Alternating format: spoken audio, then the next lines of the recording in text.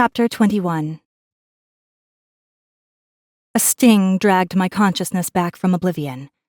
For a long time, I didn't move from the couch the males had lowered me into and stared at the empty glass cage in the middle of the cavern. Hours or days may have passed in silence when I finally said, "Show me." Killy wordlessly escorted me toward the prison's dock. We passed through empty chambers, past abandoned guard posts and static scanners. When we boarded his little stolen shuttle and backed away from the prison, I watched through the screen as the dock grew smaller and disappeared into the cliff-like rock face. "Anything larger than a four-seater and the Fae ships will notice," I heard Killy say. He may have said more, but my thoughts had gotten lost in the stretch of black before us. "Their tactics have changed since my people fought them," he added.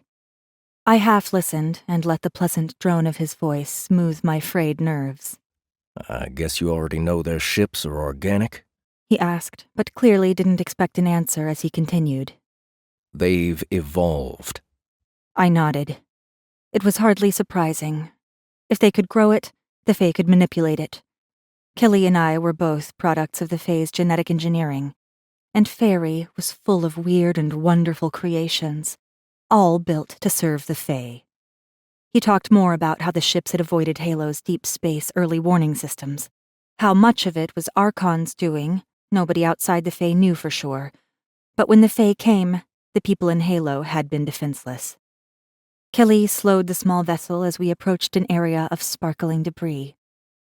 When he pulled the shuttle to a stop, I checked the location screens, but something didn't add up. Where was Juno? Flotsam drifted, glinting against the endless black of space. I pushed to my feet and leaned closer. What was I seeing? And then, the vast mass of the wreckage caught the light from a distant star. The devastation glowed, light flaring off countless shiny surfaces. Juno was gone. Nothing larger than our shuttle remained. The wreckage of the once beautiful station spun and turned, twisted and broken. Steel clawed at the dark. Glass shone like a dusting of stars. That's not glass. I gasped, pulled back and covered my mouth. "It's not your fault," Killy said. Somehow, his voice penetrated the noisy denials. Tears skipped down my cheeks. I couldn't look, but couldn't look away. The dust was bodies. Thousands. Scattered among the wreckage, frozen and twisted.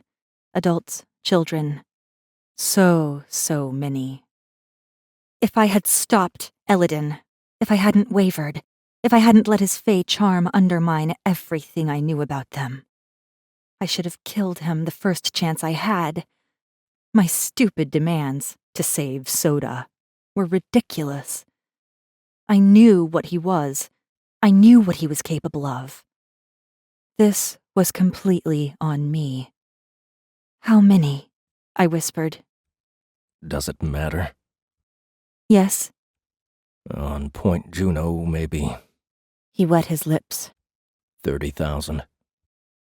30,000 lives, scattered among the stars. "In Halow, I don't think anyone knows the death count for sure," he went on. "They laid waste to any human civilization nearest the debris zone, firing from planetary orbits. Their warships are..." He drifted off. "This would have happened anyway. He always had Archon. He was always going to disable the defense net. They have been preparing for centuries. You couldn't have stopped it." I pressed my trembling hand to the screen, covering at least 100 bodies in the distance. Millions of lives. "Yes." Genocide. The Fae would wipe humans out. We were theirs to do with as they pleased, and they had grown tired of our games. I looked at Killy, the last of his kind, and saw the barely hidden distress behind his brave attempt to remain detached. He had seen all this before. I gently lowered myself into the flight chair. "Where is he?" Killy engaged the shuttle's engines and turned us away from the wreckage. Juno would forever be a graveyard. "The Fae were delighted to have their prince return, and with humanity gift-wrapped, too. I have no idea where he is. Probably in one of the warships at the front line. gift. It was. For me. Do you know if he ever went back to Fairy? I asked, listening to the hollowness in my voice and wondering if I'd ever be full again. Reports are sketchy. Communications barely function. Some say he's back in Fairy, some say he hasn't been seen anywhere and might still be in Halow.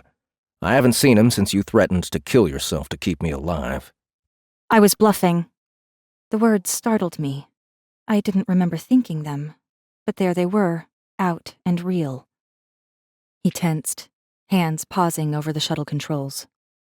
It was a good ruse. You left me with him, Marshal. You left me with a monster. I closed my eyes and shook my head. These thoughts weren't helping. I was alive, and I was here, thanks to Kali. Alive was always better than dead. It wasn't over. I could still carve out Elodin's heart. How did you escape? I asked, opening my eyes. He flicked the autopilot on and turned his chair toward me. He healed me and left me alone somewhere in Archon's hundreds of rooms. I cut through the restraints and walked right on out. Nobody tried to stop me. Probably because Elodin had been preoccupied, draining me of magic, and he hadn't had time to weave new instructions into his puppet staff. I glanced at Kali's hands. There was no sign of the claws he had used to cut himself free. He had left me there a second time. But you came back? Kali rubbed his jaw and ran the same hand down his neck. I hadn't seen it before, but now I caught a glimpse of a fresh scar there. Elodin had slashed his throat wide open. He shouldn't even be here. He should be dead like the millions of others. After what I saw, after you tricked him into saving my life.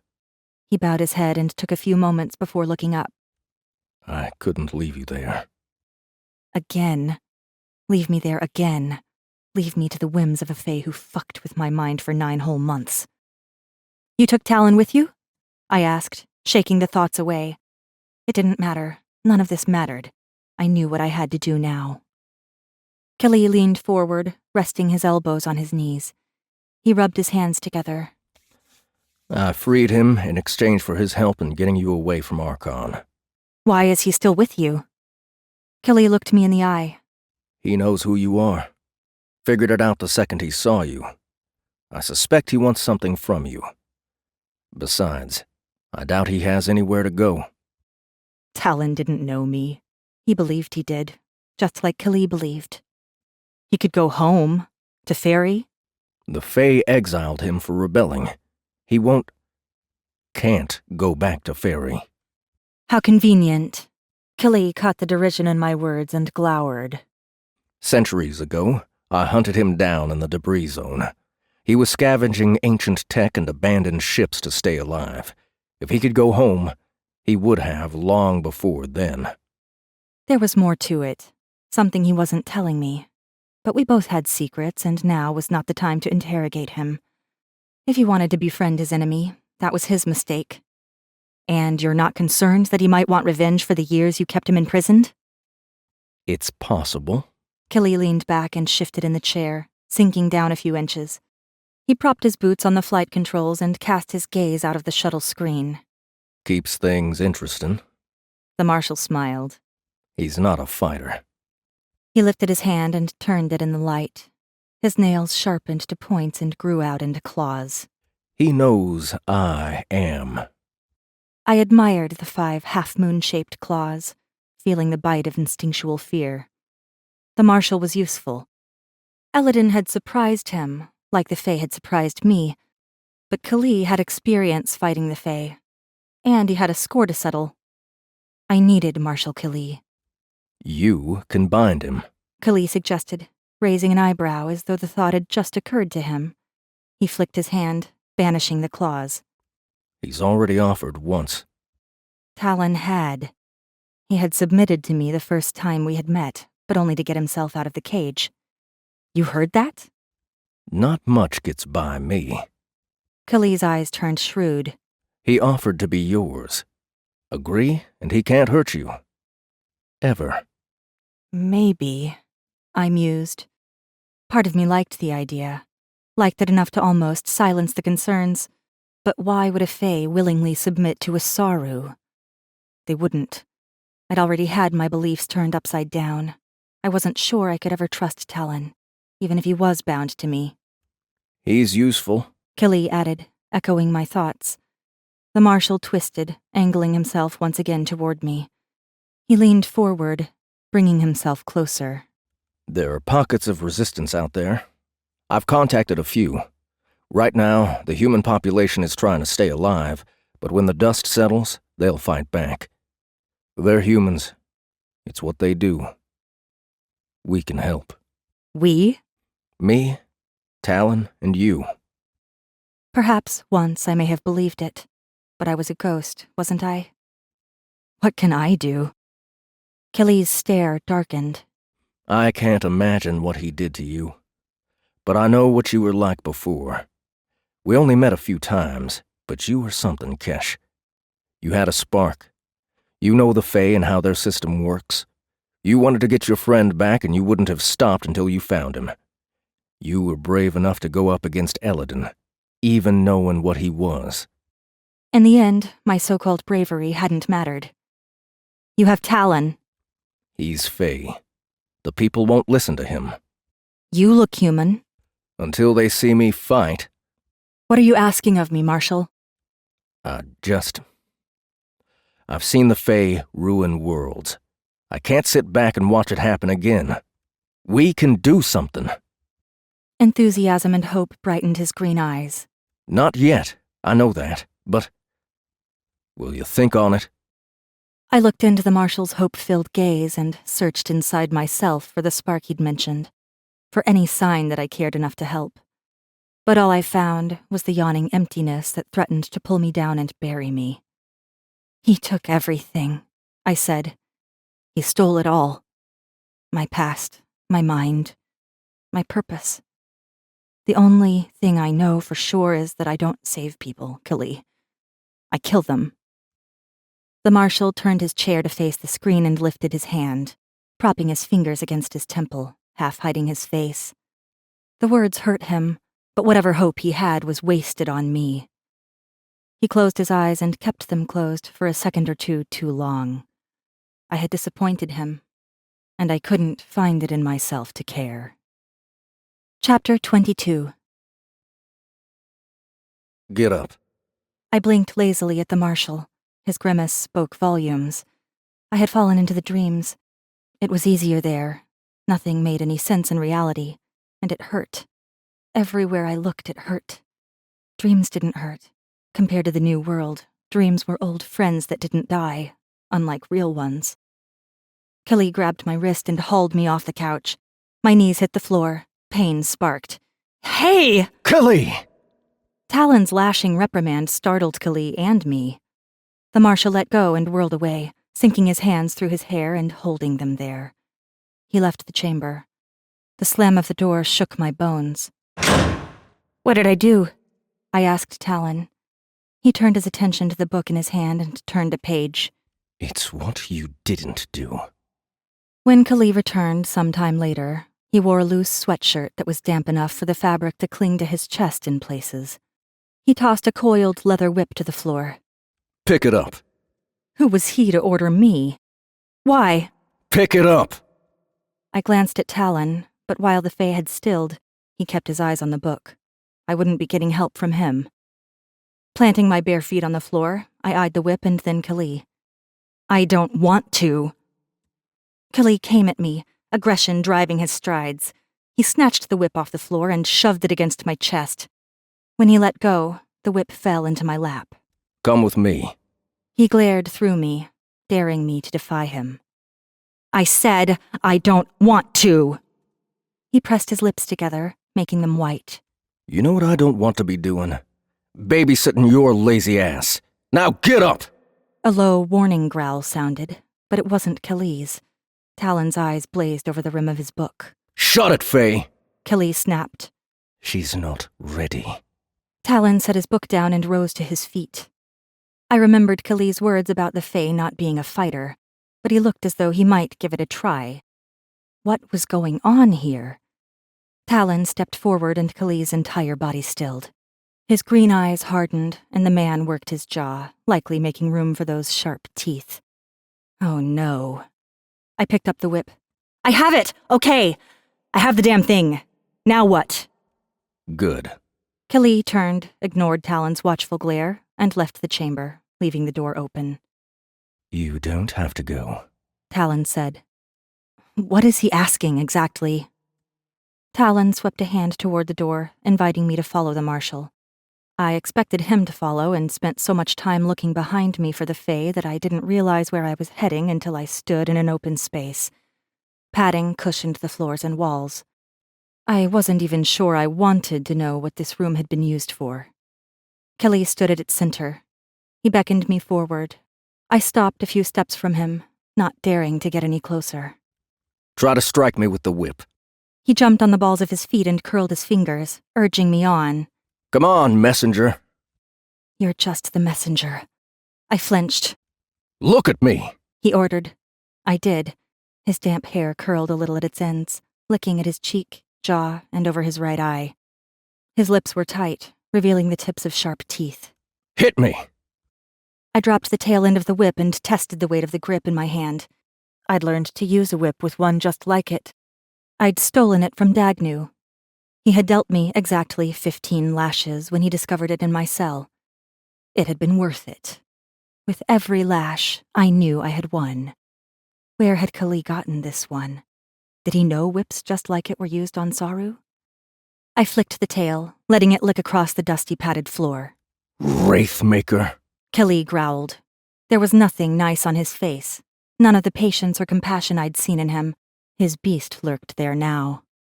I flicked the whip, working its length upward, and snapped it back down with an audible crack. But Khalil had vanished from where he'd stood. I spun, feeling the room tip. This was too much. My footing stumbled, the room whirling. Khalil's warm fingers encircled my wrist and pulled, tilting me upright. But he pushed at the last second, almost toppling me over my own feet. His hand found my lower back and steadied me.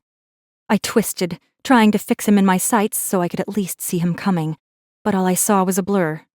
Another shove, and I fell forward with a cry. Then he was there, right up close. His hand spread over my heart. His eyes burned into mine. The whip fell from my fingers. It wasn't Khalil. Eladin smiled. A scream surged up my throat.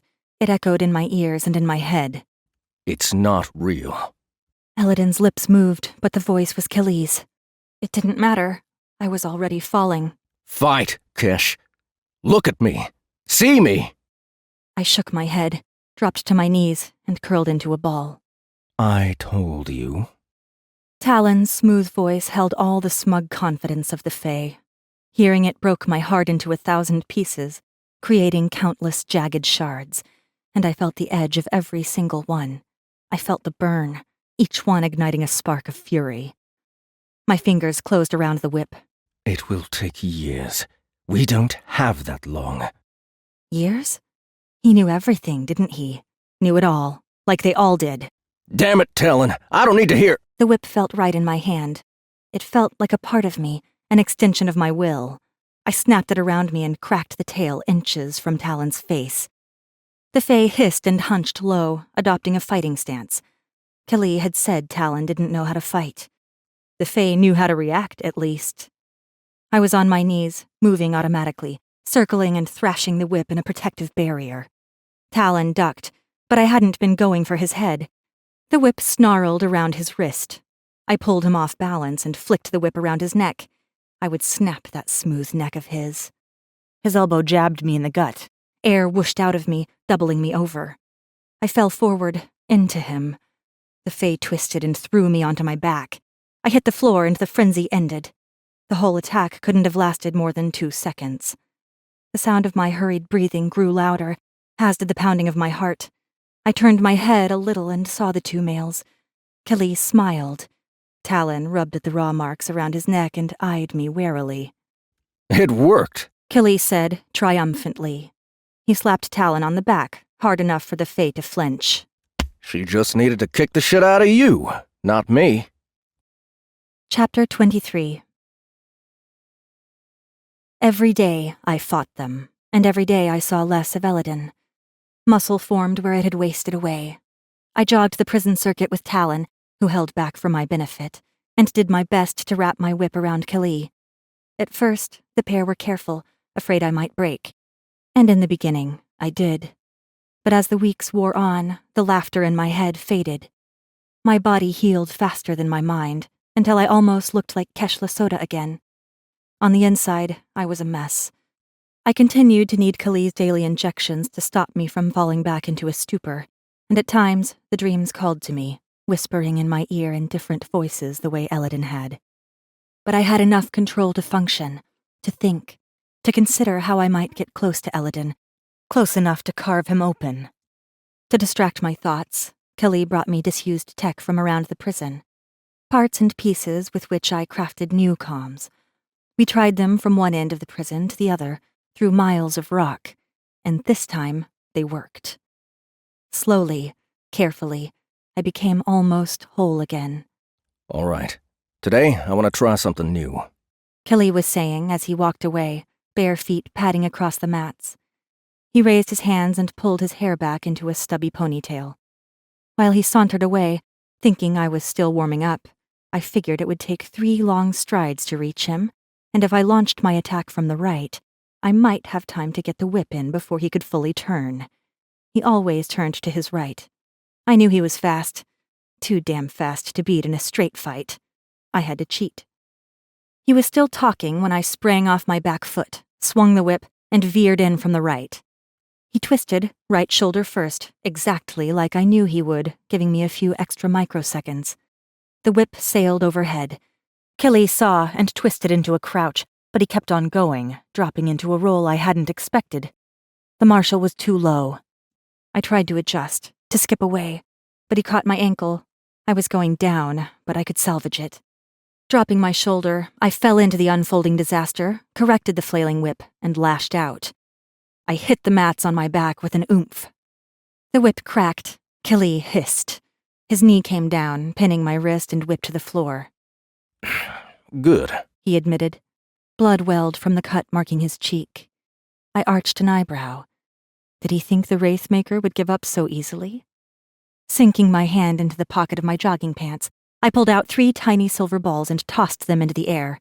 I'd used similar tricks in the arena, horrifying my Fae audience by bringing forbidden tech into the game. He frowned and watched the balls hang, suspended a few inches from his face. When he looked down questioningly, I winked and turned my face away. The balls exploded, filling the chamber with brilliant light. Kali recoiled, spluttering a curse. I rolled away, hopped upright, leisurely wrapped my whip around his neck and gently tightened it so there was no misunderstanding about who was in charge. He blinked rapidly, shook his head and grumbled. This had better not be permanent. I crouched and watched him blink me into focus. This close, the all green in his eyes wasn't green at all. The outer edge of his irises was blue, fading to green and then to the black of his pinprick pupils. "Submit!" he chuckled. Not happening. I hadn't beaten him. I'd barely ruffled his feathers. His teeth weren't out. Neither were his claws. If he brought all his weapons, he could cut the whip with one swipe. This scuffle that had left me breathless was little more than a fun tumble for him. What would it truly be like to face the real Marshal Kali? I barely knew what he was capable of, but I knew enough to guess how his people must have been a magnificent force in battle. I thumbed the blood from his cheek. He froze. His eyes still weren't fully focused, but he saw enough to catch my hand, preventing me from licking my thumb clean. Don't. I stalled. His pupils widened, focusing, drinking me in. And then he closed his hand around mine and brought my thumb to his mouth. He wasn't about to. His tongue swept up the side of my thumb.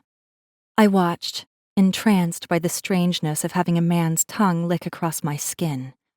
He moved my thumb closer and closed his lips around it, gently sucking it clean. He probably heard my heart and definitely heard my rapid breathing. But he couldn't know how his intimate touch sent need fluttering inside me. The moment narrowed to just him and me kneeling on the mats, my thumb in his mouth, and where we might go from there Killy eased my thumb free, grazing it across the edge of a sharp canine tooth, and turned my hand palm up. His hazel-flecked green eyes flicked up, checking for permission, and then he brought my middle finger to his lips and rested the most delicate kiss on the tip. I hadn't known he could do delicate until that moment. He tipped my hand down, settling a snowflake kiss on my palm, and then brought my arm up a little and hesitated, his mouth hot where it hovered over the thin skin of my wrist. His own breathing came short and fast. Each flutter against my arm summoned telltale goosebumps. He slowly, gently rested a single kiss atop the beating vein and sighed, as though that one small kiss had cost him too much. He lifted his head, and his eyes appeared to shine with longing, his smile tantalizing. Oh, he knew exactly what he was doing to me. I wanted to curl my hand around his neck and draw him to me to taste that teasing, smart mouth of his. From the heated look in his eyes, he wanted me to. But I wouldn't stop there. I would sink my hands into his hair and pull him close like I had in my dreams before the Dreamweaver stole him from me.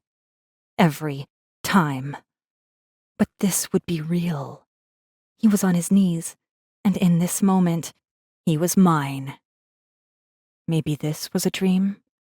It felt like a dream, like we were the only two people left in all the worlds. I ran my fingertips across his bottom lip, marveling at the maddening softness. He breathed too hard, moments away from taking what he wanted. Our tussle hadn't taxed him, but holding himself back did. He liked it, though. Liked that this anticipation hurt. Liked that I had control. Killy was gentle now, but his barely restrained tension told me he wouldn't be once I gave him permission. This promise of more stretched thin, almost to the breaking point, and I would gladly take him, take all of him. But a wrongness chimed inside my mind, and the ache of loss grew in the place of desire. I couldn't do this. I lowered my hand and turned my face away. I cared too much to hurt him. Killy pulled away and climbed to his feet. The Fae took the essence of cantaloupe leaves and inserted its strands into our DNA, His voice sounded colder and clipped. making Vikaru blood poisonous. A drop can paralyze. Any more ravages the nervous systems, killing in 3 minutes. The moment we had shared slipped away like a dream on waking. Does it work on the Fae? It disorientates them. I got to my feet and straightened my clothes, focusing on those simple movements instead of watching Killy shut down behind facts and warfare. A messenger is here. Talon said. I reached for my whip and whirled. Talon stood a few steps inside the room, his violet eyes flicking to the whip, reading the warning. He could have been here the entire time and I hadn't heard a thing. My pulse raced. Stealth and stamina. I couldn't afford to forget what he was. From? Killy asked, ignoring me as he passed by and headed toward the exit beside Talon. I followed, whip in hand. Calicto. Talon eyed me as I passed him, his expression unreadable. Had he seen the moment with Killy? If he had, did he care? I didn't understand this Fae or why he was still here, and I certainly didn't trust him. There are people left on Calicto? I asked Killy. A few.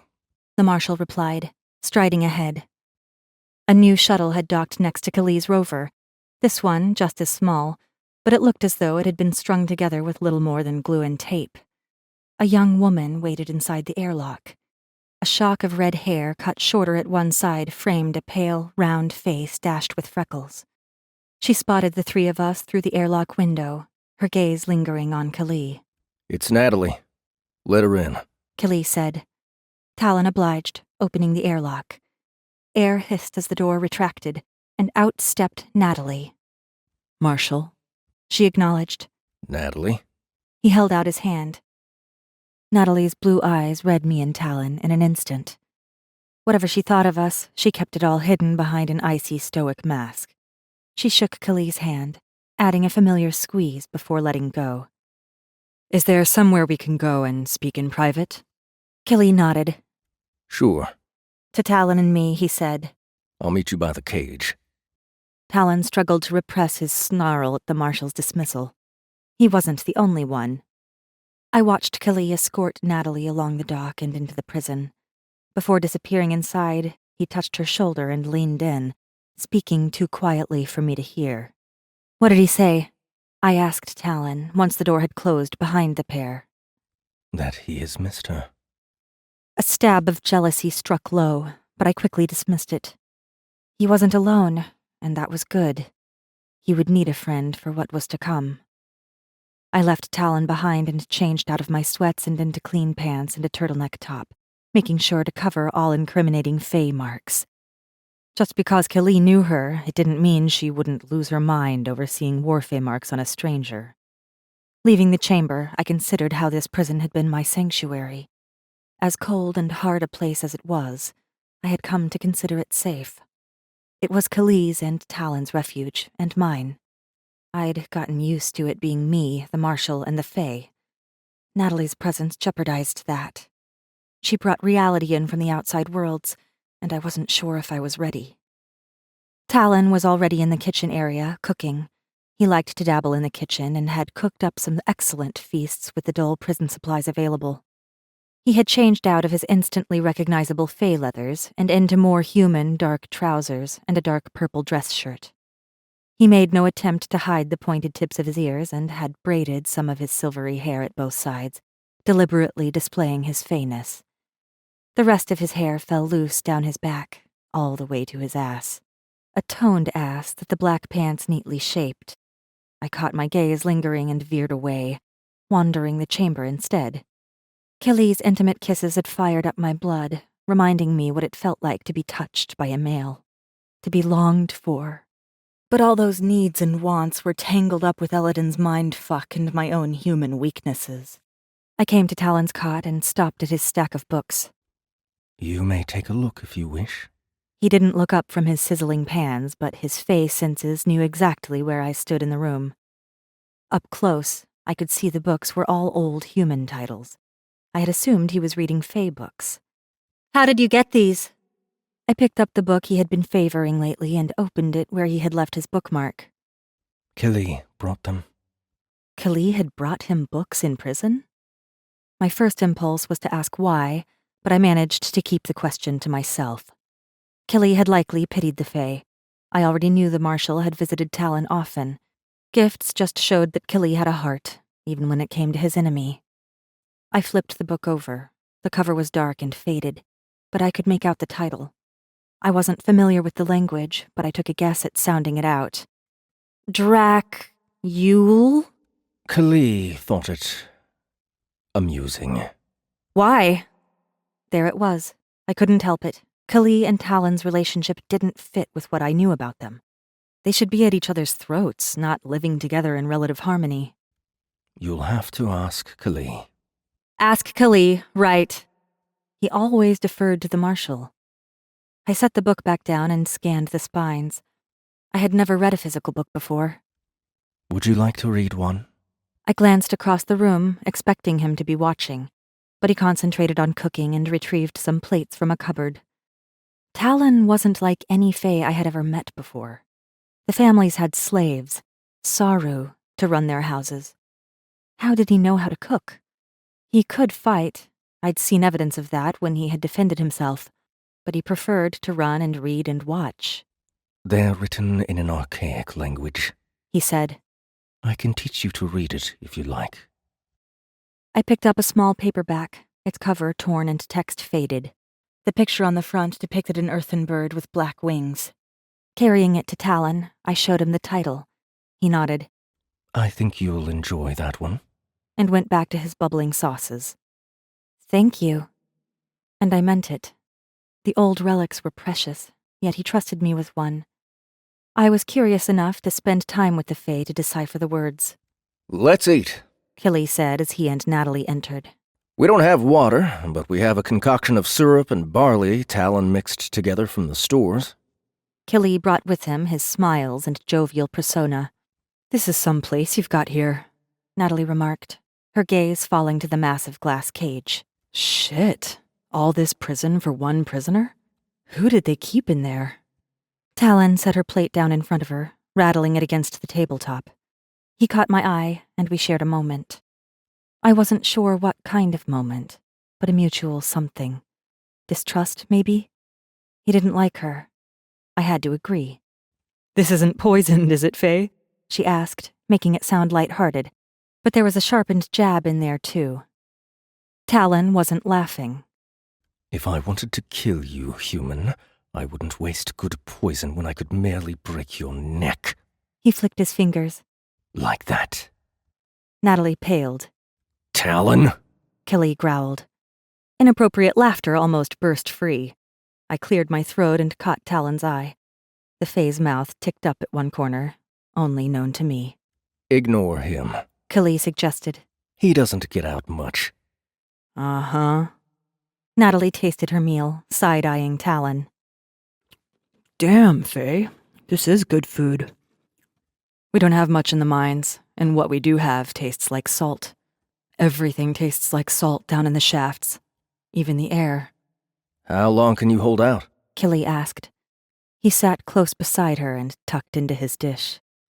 Talon and I chose to stand at the counter and eat. I had one eye on our guest and one on Talon, who trusted her about as much as I did. A few months with our existing supplies. Scavenging has gotten harder now that we've exhausted the first dome. But it could be worse, right? At least the Fae haven't noticed us.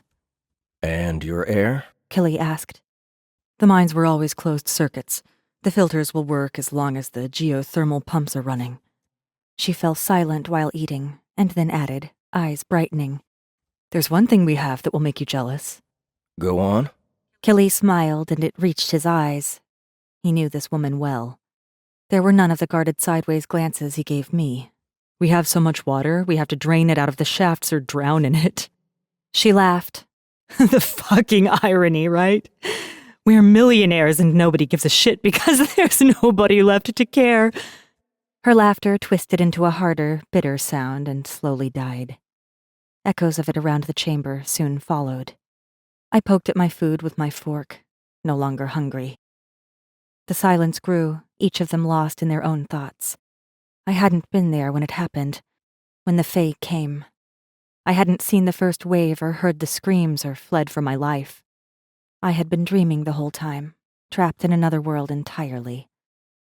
Talon had set his plate down, virtually untouched. He was watching me, I realized. As Kali and Natalie chatted, I tried on a small smile to reassure the Fae I wasn't about to let the dreams pull me under. But nothing about any of this was reassuring. He studied my face while his expression revealed all the sadness I'd seen in him when he had begged me to free him. He had known about the Dreamweaver, known how badly Eladin ravaged his victims, and in his keen eyes and the press of his lips, he understood it all. "What was your message?" I asked Natalie, deliberately breaking away from Talon's gaze. She slowly finished her mouthful and glanced at Kali, I assumed for permission to tell me. But he was finishing his food and didn't see. Instead of answering, she pushed the last bites of food around her plate. "You seem familiar, but I can't place from where, and Kali here. Well, he says you're just a survivor like the rest of us. But..." Breathing in, she pushed her plate away and brushed her hands together, wiping them clean. "Your pet Fae is a quiet one." Talon could look after himself, but that didn't stop the shards of my heart from twisting at the sound of her derisive tone. Natalie. "No," she cut Kali off, fury shortening her words. "Our world is slowly dying and you're here. What, playing house?" You know I've been trying to rally the cells. Kali pushed his plate away. Communication isn't easy. "It's not fucking good enough, Marshal. I had to come out here myself to see what you're doing. Turns out, fuck all. You said you were working on something, so where is it, huh?" Her accusations bounced around the chamber. Kali's gaze caught mine and nerves rattled through me. Wait, I remembered him asking me to help, telling me to think on it. Was I his something? Natalie stood and moved to the outside of the cage. "And the worst of it is, I have to go back and tell them you don't have anything. That their Marshal, the man they've pinned their hopes on, lied." I didn't lie. He spoke too softly, his tone already defeated. It's not ready. There are kids in the mines. Kids whose parents acted fast enough and knew the mines were the only place that could survive a Fae warship assault. When the domes shattered, we heard it. All of Calicto trembled like the whole planet was breaking apart, and the glass screamed. She pressed her hand to the glass cage and added softly, "Or the people did." Did Killy have a plan? Surely the woman couldn't be pinning her hopes and the hopes of her people on me. When we found the well, I thought... Her hand closed into a fist. "You said it would change everything." What well? I tried to catch Killy's eye, but he had bowed his head. Why hadn't he told me any of this? "We're all going to die down there," Natalie whispered. "You won't." The words were mine. Alarmingly. But they felt right, as though I really could do something to back them up. "Right," she laughed and turned. "You and your pet Fae will do what, exactly? We can't get anything larger than a shuttle off Calicto without the Fae noticing, and even that's a risk. There are almost 1,000 people hiding in the mines. Are you going to save them?" "Yes." "With what? Your whip?" She flicked a hand at the whip coiled at my hip and then pulled her hand back. Confusion clouded her face. "Wait. I know you." Her eyes widened. "You killed him." "Killed who?" "You're going to have to narrow it down." That was the wrong thing to say. Natalie lunged at me. Killy shouted a warning to her, or me, I wasn't sure which. A silvery blur of hair appeared between the girl and me, and everything stopped. Talon had gently rested his hand on her face, as though the pair might be about to kiss. But Natalie stood limp and dazed, pupils so large her eyes looked black. "Talon!" Killy thundered in. "Let her go!" Talon didn't move. I stepped out, moving around so I could see his face. His eyes, like Natalie's, were filled with blackness. The soft, careful, wary Talon who had lent me a book to read was long gone. In his place stood the killer species I knew so well. There was the Fae who would have the 3 systems bow down to him and his kind. There was the Fae who would make humans dance for him until they died on their feet. I had known he was in there somewhere, but seeing the truth filled my broken heart with fear. "Talon!" He looked at me, through me, just like they all did, as though I were nothing, just dirt to be scraped off his boot. "Talon!" The marshal warned. "Take your hand off her!" Talon's transformation had me gripped, but I suspected Killy's claws and teeth were out and ready. I reached out slowly, carefully, but didn't touch Talon. Whatever he was doing to Natalie, he would likely do it to me too. "Talon, tell me about your favorite book?" He blinked, and the blackness subsided. Violet blazed through. He looked at Natalie swaying on her feet and plucked his hand free. The messenger gasped and stumbled back into Killy's arms. She looked around her, panicked, until she set her eyes on Killy.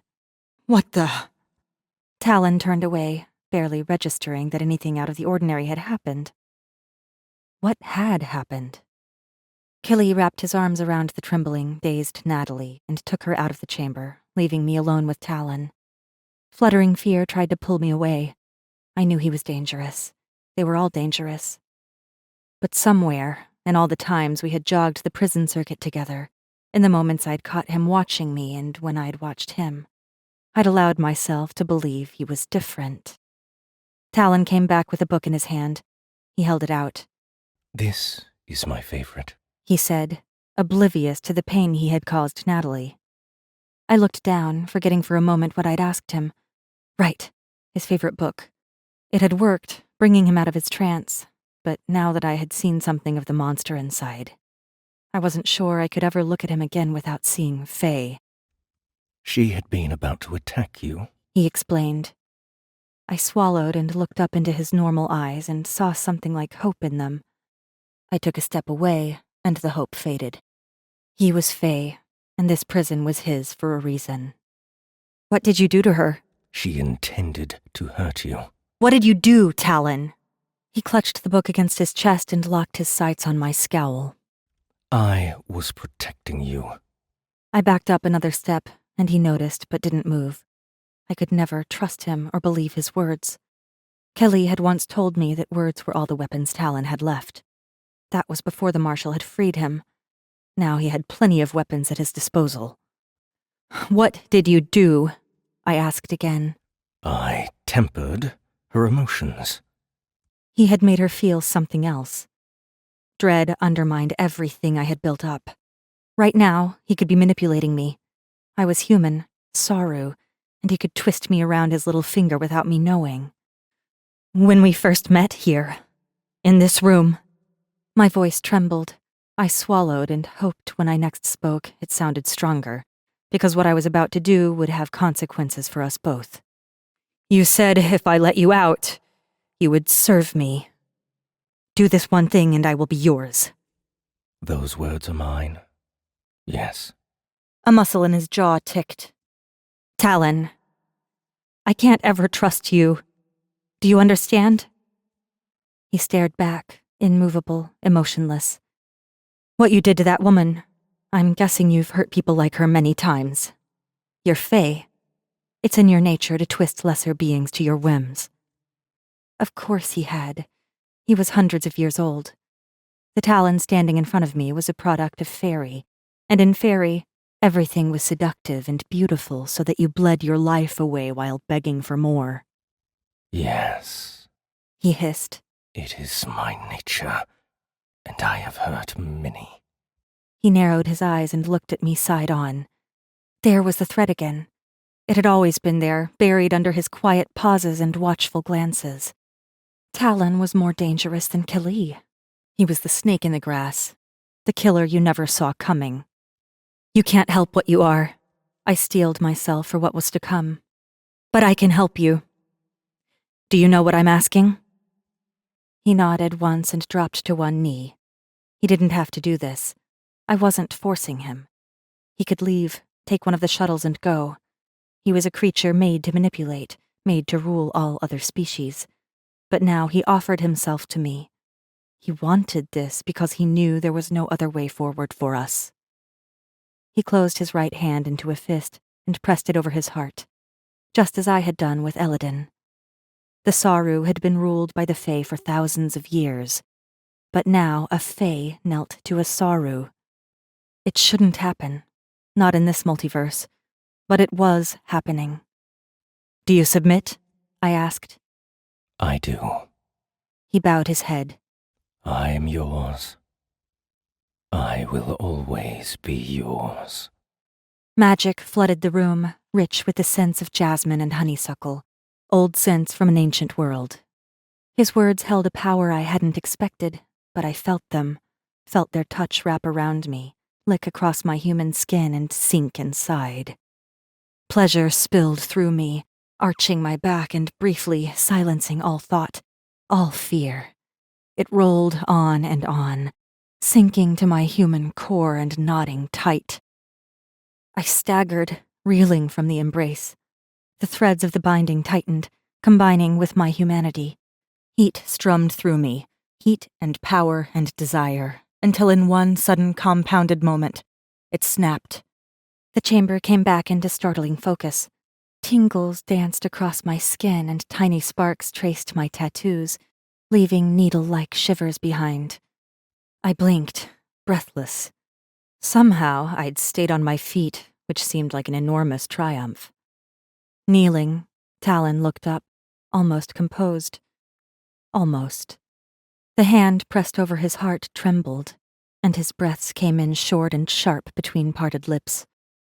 If he had felt half of what I'd just gone through, then he did well to stay as composed as he was. What we had shared, I'd never felt anything like it before. No Saru had. I nodded, afraid my voice would betray how racked I was. He bowed his head, collected himself, stood and returned to his cot where he woodenly lay down, closed his eyes, and sighed. Now I could trust that Talon would never hurt me. Chapter 24. Talon and Kali argued about returning to Calicto. Kali refused to take him, probably because Natalie now watched the Fae as though waiting for the first chance to attack. And I wasn't allowed to go because I wasn't ready. It was too risky. There was no point in all of us getting caught in one shuttle should the Fae come looking. That last one, I reluctantly admitted, was a good point. So Kelly left with Natalie and my improved comms in his pocket, promising to return in a few days. "I know you killed Crater," Natalie said under her breath, passing me on her way to the shuttles. I smiled at the absurdity of her claim. It was so long ago, and a lie. She had me all wrong. I hadn't killed one activist miner. I was the Wraith Maker. I had hunted my fellow Saru for sport, and then helped annihilate a civilization. When she glanced back, I flashed her a smile worthy of a mass murderer. "You're making it worse," Talon remarked under his breath. He stood beside me, calm and collected. "I don't think it can get much worse, do you?" The prison felt colder without Kelly. During the next few days, I jogged alone, avoiding Talon the same way he avoided me. On one of my circuits, I found a storage room and poked around inside, digging out spare tech parts. Talon observed me collecting the equipment on the floor in the main chamber without comment, until his curiosity got the better of him and he crouched beside me on the floor. In front of us was a spread of what looked like scrap metal, but to me, it was 100 possibilities. Talon watched me work, and rather than find his focus on me uncomfortable, I welcomed it. Knowing he couldn't hurt me allowed me to relax in his company, something I had never been able to do among the Fae, not even in the palace when the Queen had favored me. "What's that one?" Talon asked, pointing to a compact silver box. "A sub-band communications device." I picked up the box and turned it over. "It'll send out a low-range frequency the Fae won't think to look for." Picking up a second box, I weighed them both in either hand. "It will talk to its partner over several 100,000 miles. Kelly mentioned his communications problems, so..." I shrugged. "I fixed it. I just need 2 good power sources for them to work." "And that?" Talon pointed to a string of metal links, all hooked in a line. "That..." I tugged on one end and the links magnetically followed one another, slithering across the floor like a metal snake. "Will be a new whip. I can't charge it with Fae magic, but it will still make an effective weapon." His eyes brightened as he ran his gaze along the whip. "How did you come to wield it so well?" "Necessity."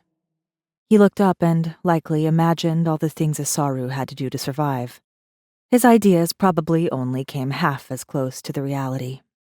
The chief Saru trainers, weed out the weak ones early on. They employ many methods, but the first is leaving newly harvested Saru inside the delivery crate. I searched his eyes, wondering if he had seen the vast crates the children were harvested into. I doubted it. But like always, his expression remained neutral, although the glisten in his gaze betrayed a little of the emotion he otherwise hid well from view. "They told us only 10 would be spared. 21 of us were harvested from our village.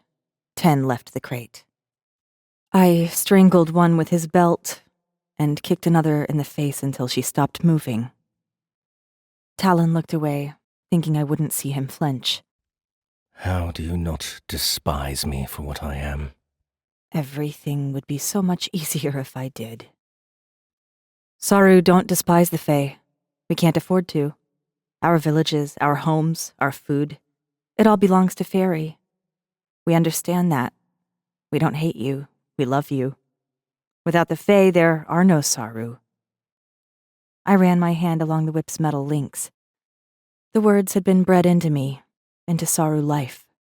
A large part of me believed them and always would. But I had also harbored a forbidden seed of doubt. I still did, buried under all the lies. A seed Eon had planted before I'd killed him. "I can help you charge the whip." Talon said, suddenly enthused. "Not directly. The tech will repel me. But through you. He looked up, lips pressed into a determined line.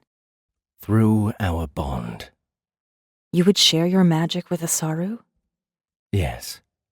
It costs me nothing, and..." Whatever he had been about to add, he stopped himself.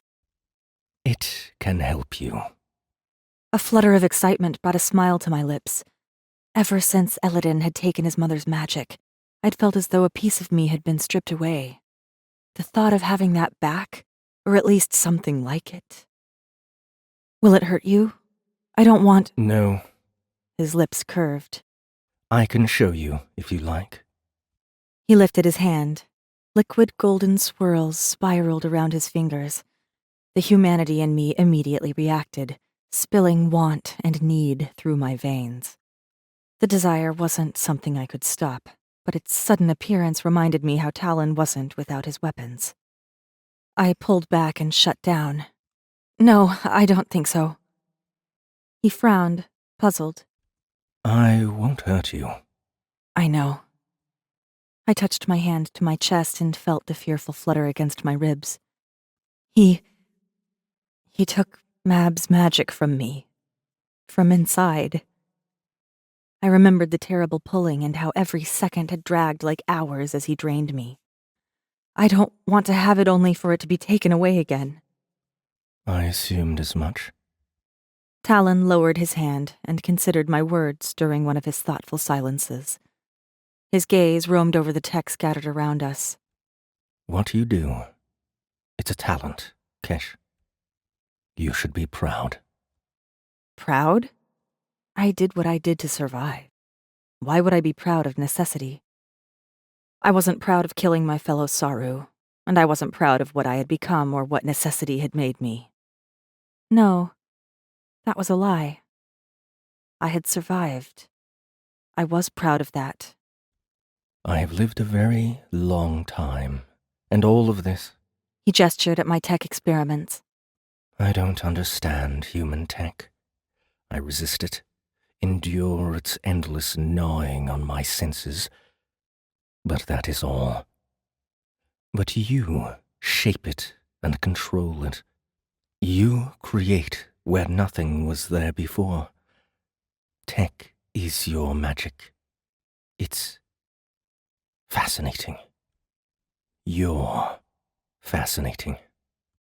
He said it matter-of-factly, but his words burrowed in, breaking open some long-neglected part of me that craved the praise of my Fae masters. I wasn't sure what to say, or even if I could reply. Only one Fae had praised me before, and to hear such words from Talon, it felt peculiar, like I couldn't possibly deserve it or that I'd stolen the praise from someone worthier. Saru weren't meant to be praised. You are a nothing, girl. A ghost. His voice whispered poison into my ear. I turned my face away, clinging to the pride Talon had given me, even as it slipped through my fingers. Just the messenger. You are what we made you.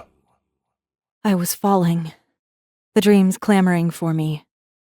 Talon? I reached for the table or something, anything real, but I couldn't see. I was slipping, chasing the dreams, reality folding in around me. A wood-paneled room. The oak throne was empty because Eladin stood behind me, his fluttering breaths on my neck, his words poisoning my confidence. Couldn't listen. Couldn't let the dreams capture me. A sharp pain stung my arm. I looked down, distracted, and when I looked up, I was back in the prison chamber, right where I had been all along, sitting on the floor, surrounded by tech, and Talon was there, setting down the empty syringe. I hadn't won my battle with the dreams. Not yet. I was clinging to the edge, so close to letting go. And I always would be until I killed Eladin. And I would kill the prince. I had to. It was the only way I'd survive. Heat raced through my veins, the dangerous kind. I coiled the metal whip in my lap and looked up. Do it, I told the Fae. He didn't hesitate, didn't give me time to change my mind. His hand settled on my chest, and the smell of jasmine and something I had originally assumed was honeysuckle, but now I knew that to be wrong. The scent was from a night-flowering lily, the kind found only on Fairy and rare enough that it bloomed only once in a Saru lifetime. Its sweetness was fleeting, just a flash and then gone. Talon's magic swelled inside, filling me out where Eladin's theft had left me empty. In my hand, The whip glowed a faint golden light. Strength poured into my body, the kind of strength Saru should never know. Mab had given me her gift for her son, but this was for me. All mine. It was glorious. And then the power died off, leaving me shivering. Talon withdrew his hand. I caught his wrist, barely aware of how I was gripping him. "Why did you stop?" Too much too soon could damage you. I pulled his hand back and pressed it against my chest. "Damage away. I'm ready." Kesh. He tried to pull away. I arched an eyebrow. There was trying, and then there was his half-hearted tug. "I'm serious," I said. "I haven't felt this good in forever. Hit me with it again." He hesitated, stalling for excuses. I leaned in. "You want to. Don't tell me you don't. It feels good for you too, right?" His flash of a smile was a devilish thing. He spread his fingers, pushed against my breasts. I wanted his mouth on me, and I could see it clearly. See him peering up the length of my naked body. The second that image struck, the flood of battling fear and desire almost derailed me, until his magic bloomed again. And I drank it in. The whip crackled to life, buzzing brightly with the same thrilling energy that zipped down my spine and pulled a gasp from my lips. It was everything the human body ached for, everything fairy offered us, all our dreams and desires in one. Talon yanked his hand away. I swayed and reached for it again, but the face stood up and stalked off, shoulders hard and strides clipped. No more, was all he said. Breathless, I shuddered, careful not to groan out the little ripples of pleasure still sailing through me. Hot damn, I wanted more of that. But I had apparently overstepped some kind of boundary. I wasn't used to magic sharing. Such intimacy was forbidden to Saru. And when the Queen had given me the gift, it hadn't been like that.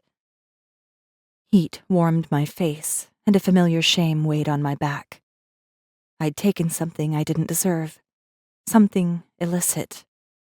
I wasn't allowed to touch the Fae. They were out of bounds, above me. I shouldn't have forced Talon. The golden glow around the whip flickered and died out. Perhaps the whole magic bond-sharing thing hadn't been such a great idea. An alarm sounded, and Talon altered his course toward the exit. The shuttle has returned. I jogged to the dock alongside Talon. He kept his gaze ahead until the last doorway, where his stride wavered and he allowed a small smile to touch his lips. It was enough to know he'd forgiven me. I followed him into the dock area, wondering when his opinion of me had started meaning something. Kali's shuttle docked, and the airlock hissed open, revealing its occupant. Not Kali. Machine dust covered Natalie's freckles. Tear tracks had cleaned lines through the dirt. She bit into her cracked bottom lip. There was an accident. Chapter 25. A Fae war cruiser drifted above Calicto's atmosphere. The sleek, claw-shaped vessel blotted out the light from Halow's sun, casting its shadow over the small planet. Our shuttle was a speck of machine dust in comparison. "It can't see us?" I asked. Natalie shook her head. "We're too small for it to bother with us. But they shot 2 passenger cruisers out of orbit when we tried to evacuate." Her lips pressed into a grim line. Below us, as Natalie piloted the shuttle in low over Calicto's surface, the biodomes glittered like upside-down crystal bowls. 2 were cracked wide open, the sectors inside exposed to Calicto's poisonous atmosphere. 1 remained intact, and at its center, the Archon Pyramid stood defiant. I fought back the memories and dreams, trying to muscle in on my consciousness. Natalie flew through uninhabited valleys and across the shattered skyline. There were no signs of life. The mine sprawled several miles from the domes. Self-contained with their workings all underground, the small, single-story patchwork of buildings could easily be missed from orbit, and the Fae scanners may not be able to penetrate the substrate to scan deeper for life signs.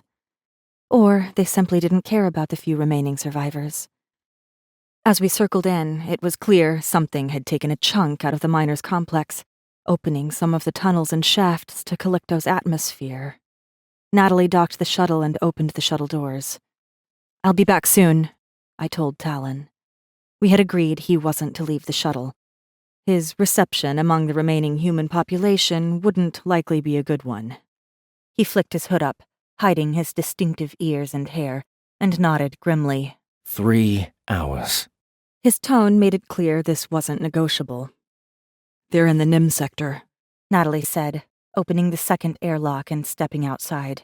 She hadn't said much on the trip back to Calicto, clearly uncomfortable around Talon, but she had explained that a section of the mines had imploded. Pressurized fail-safes had locked down, sealing anyone alive on the other side. Kelly had last been seen in NIM. What she believed I could do, I wasn't sure, but I hadn't thought much beyond getting here and rescuing Kali. I still had the comms, and I pressed the small circular unit into place behind my ear. We passed down narrow mine shafts, boots splashing in puddles, and through chambers like the ones in the prison, only much smaller. A few people passed us, some wearing masks, others coated in dust. "You're the messenger, right?" Natalie asked. "I was one," I replied. "No, the messenger. The one who the Fey nutsack framed for Crater's murder."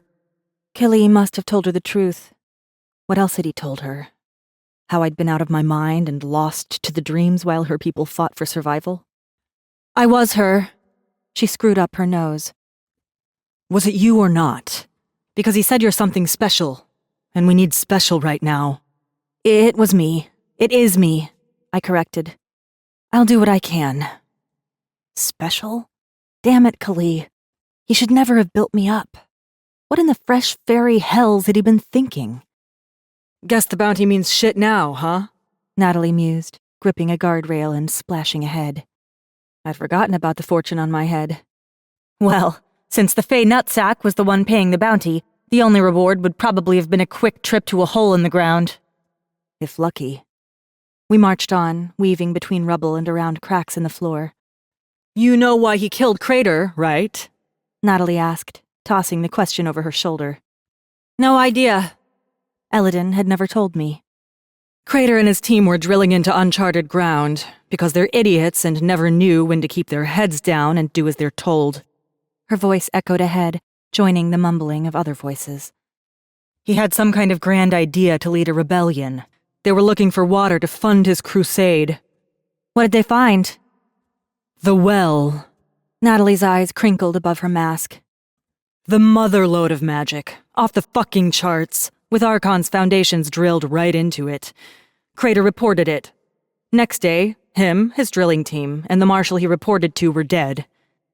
A reservoir of magic below Archon? The magic Elodin had been harvesting? The magic he used to kill Kili? This was significant.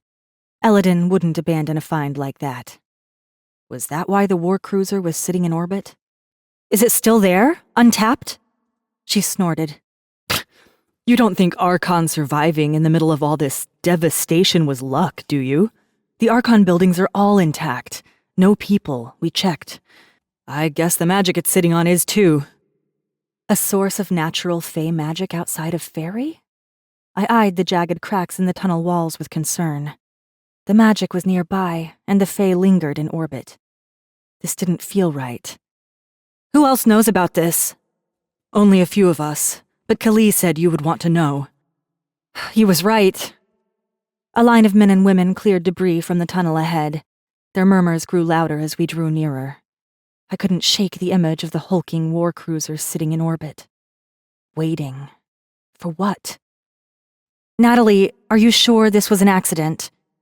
"Well, there ain't no Fey down here, and we've got early warning systems in place.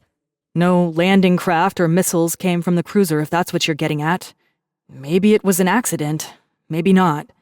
But right now, we're more concerned with getting people out. Here." We stopped where a central junction stretched in 5 directions. 2 of the tunnels were blocked. "This is as far as we can get. Kali said you were good with tech." She waved at a blocked tunnel. "So, do your thing." People stopped digging.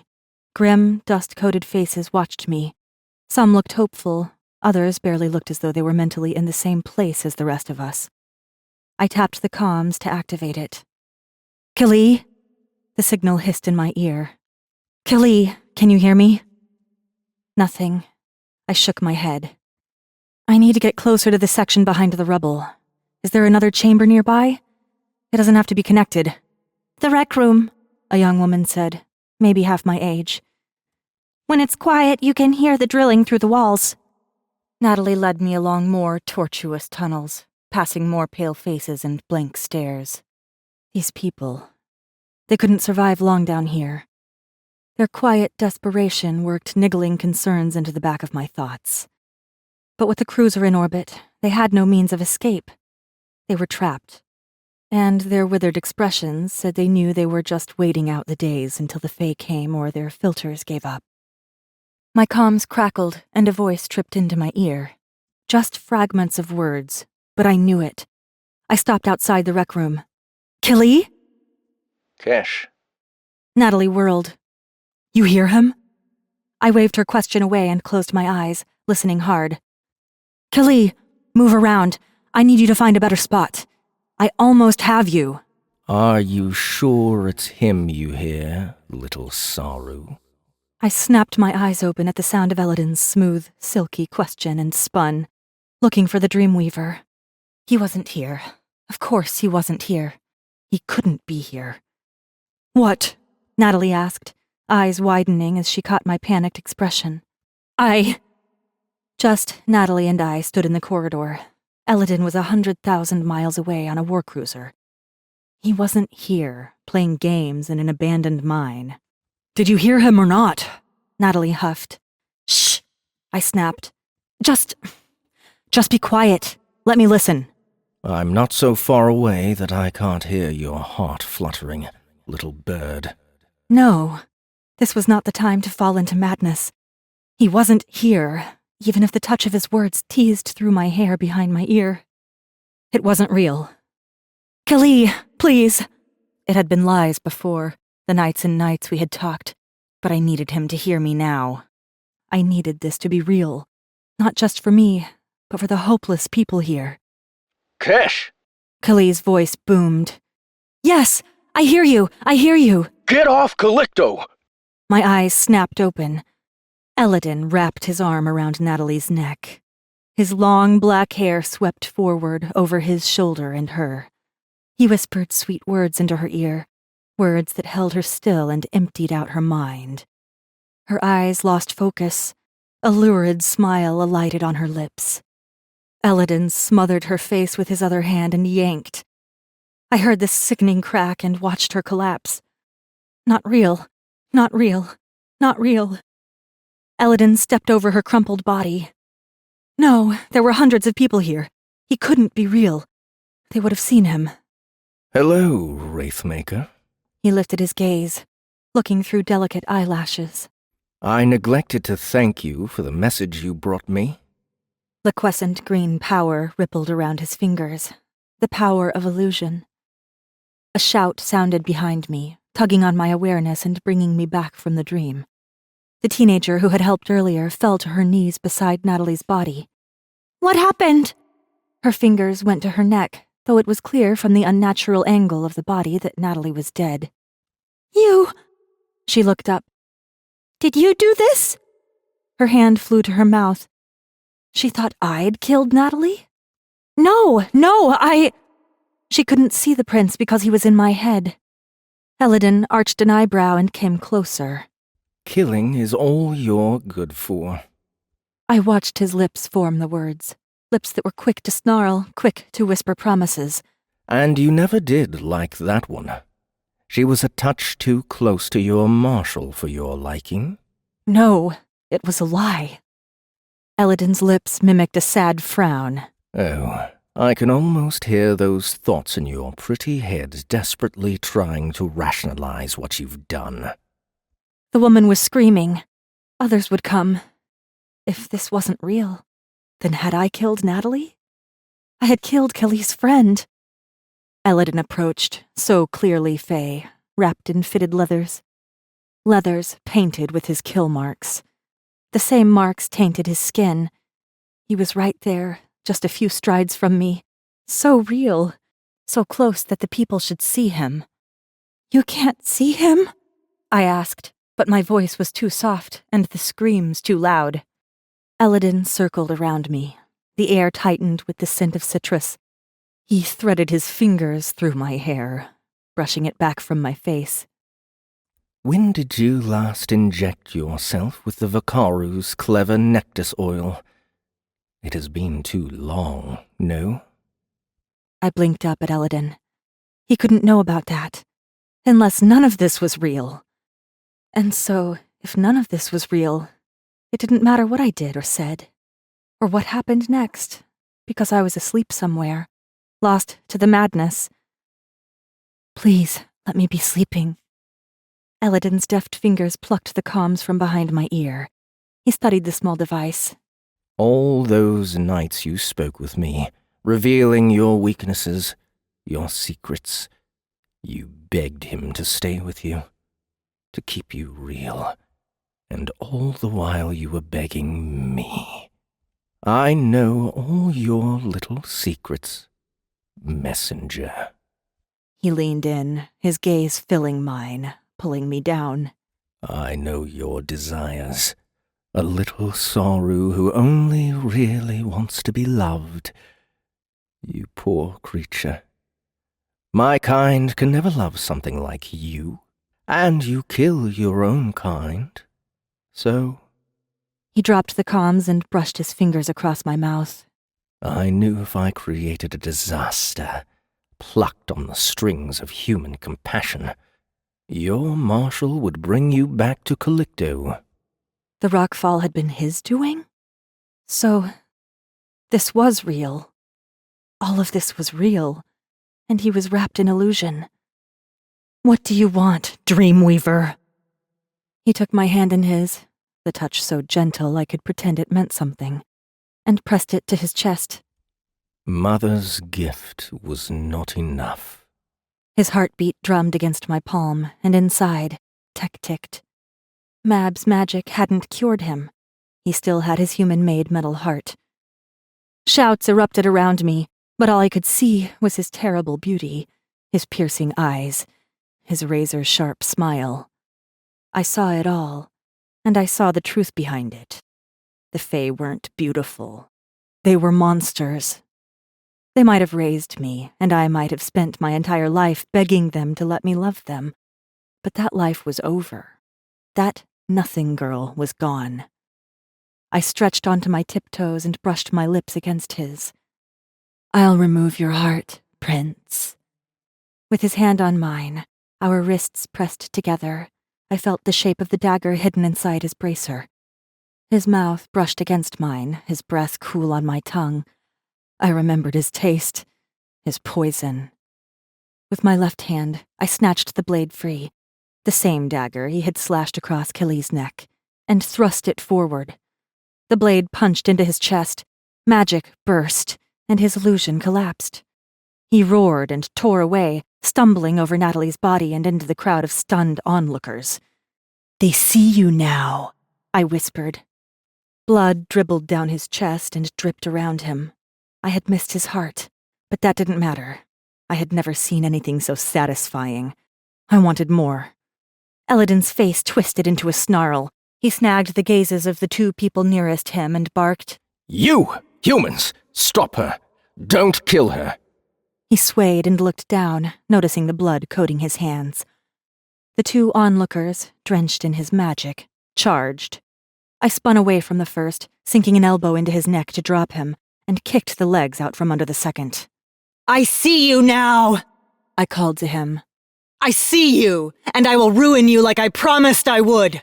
Shouts rolled in from behind me. More people were coming. "Stay back!" I barked, hoping they listened. He would kill them.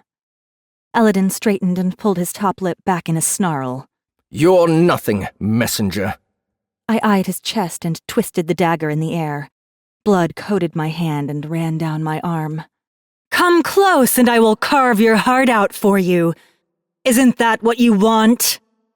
His gaze skipped behind me, and whatever he saw gave him pause.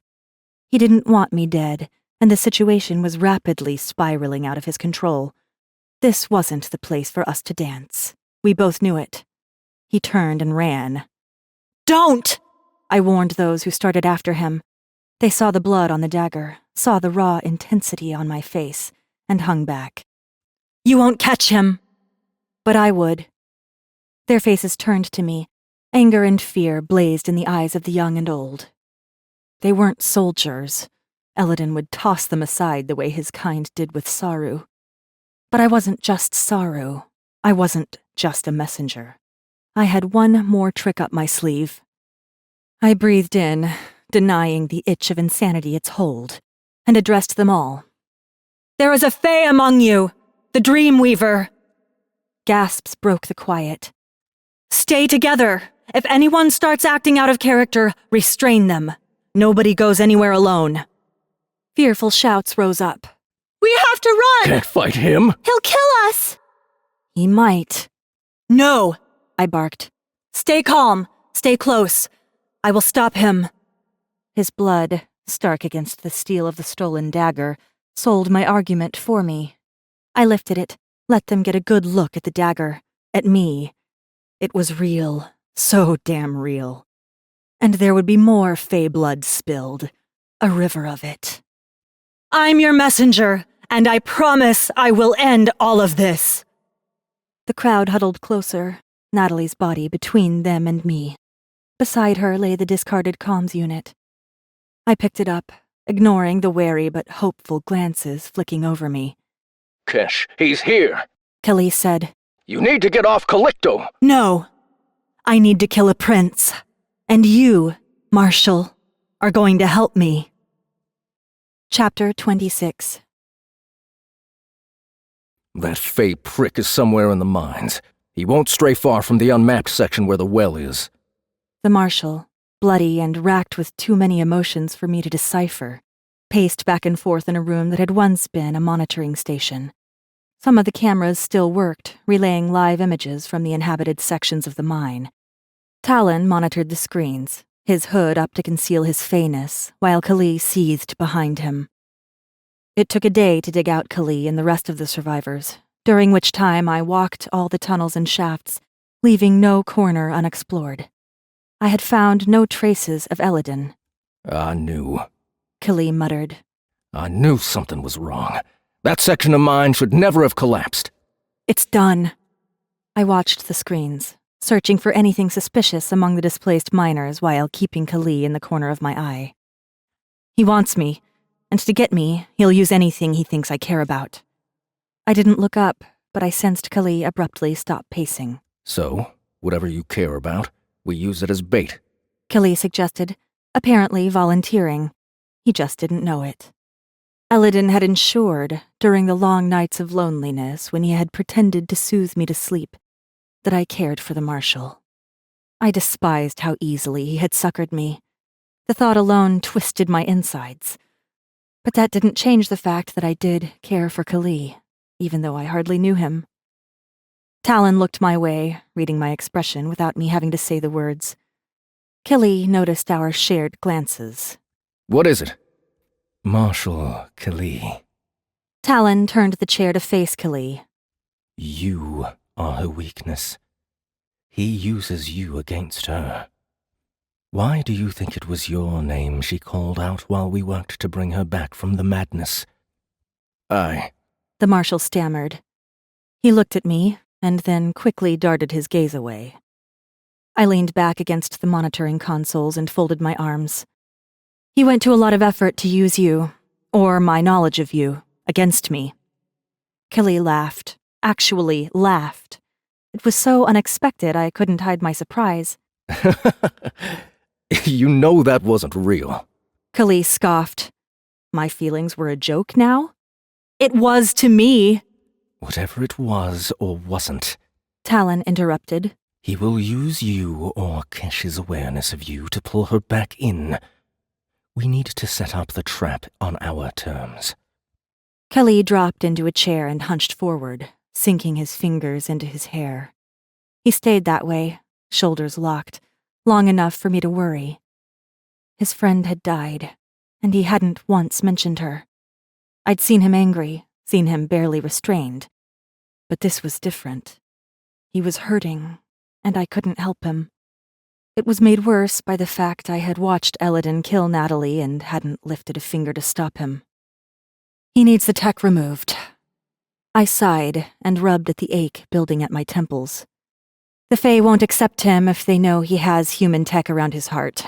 That's why he's here and why he's desperate. He's the returning prince. He's supposed to be their hero. As Mab's son, he's in line for the crown, but the tech taints all that. He'll do anything to have me remove it. I've already shown him that I'm willing to kill myself to protect you. He will use you, Kali. Kali lifted his head, dragging his hands down his face. His eyes were brighter, glassier, but he had packaged away the hurt. All right, we trap him. How? Iron. There's a ton of iron-based equipment just lying around. If there's a furnace somewhere or another heat source, I want 2 collars forged. 2? Talon asked, likely wondering if the second was for him. It will nullify much of his magic, but he'll still be able to warp perception. He can't get inside my head and twist my own thoughts if I'm wearing a collar. He can't make me dream. If I'm going to face him again, I'll need that protection. The second collar is for him. He'll capture you, Kali, thinking it was his idea. He'll tell me I have to give myself up for you and then demand I remove the tech. Talon nodded. How do we get Kali away from him? That's where you come in. I smiled at the Fae, knowing the grin wasn't entirely friendly. He doesn't know you're here. While I'm pretending to operate on him, you'll find and release Kali. You're going to kill Elodin, right? Kali asked. Yes. Kali gave me a pointed look, not entirely believing me. He was right to be suspicious. I would kill Elodin. I'd made him a promise, and I was going to keep it. To get a collar on him? Talon added. You'll have to get close. Getting close has never been a problem, and inside Archon, we'll be surrounded by metal. He won't notice the iron until it's too late. They fell silent, probably considering all the things that might go wrong. So, we're going to Archon? Talon asked. Kali sucked in a breath. Archon, are you sure? He was really asking if I was ready, and I wasn't. I never would be. But the time was now. It has to be Archon. Natalie said... Kali flinched. She said it was empty. I think he's there. It's familiar territory for him. I don't want him anywhere near the people here. With this well Crater found, he could have people dancing to his tune. They've been through enough. Archon is far enough away to keep them safe. And the cruiser in orbit? The Marshal asked. If it's his? I don't think Elodin wants any of the Fae knowing what's going on down here. Once we've dealt with him, we can figure out what to do about the cruiser. I held Kali's weary gaze. I'm going to get everyone off Calicto. For Natalie. For you. He nodded tightly, tearing his gaze from mine. He couldn't know I had watched his friend die. But I knew, and the guilt was eroding my focus. I, at least, had an opportunity to honor her memory. Kali strode to the door. Kali, I started after him. Just need time. Let him go, Talon said, turning back toward the screens. He was already gone anyway. The door swung shut behind him with a final clunk. I spent the next few hours studying maps of the mines and the nearest biodome, where Archon's abandoned complex waited. Elodin would be inside, waiting for me.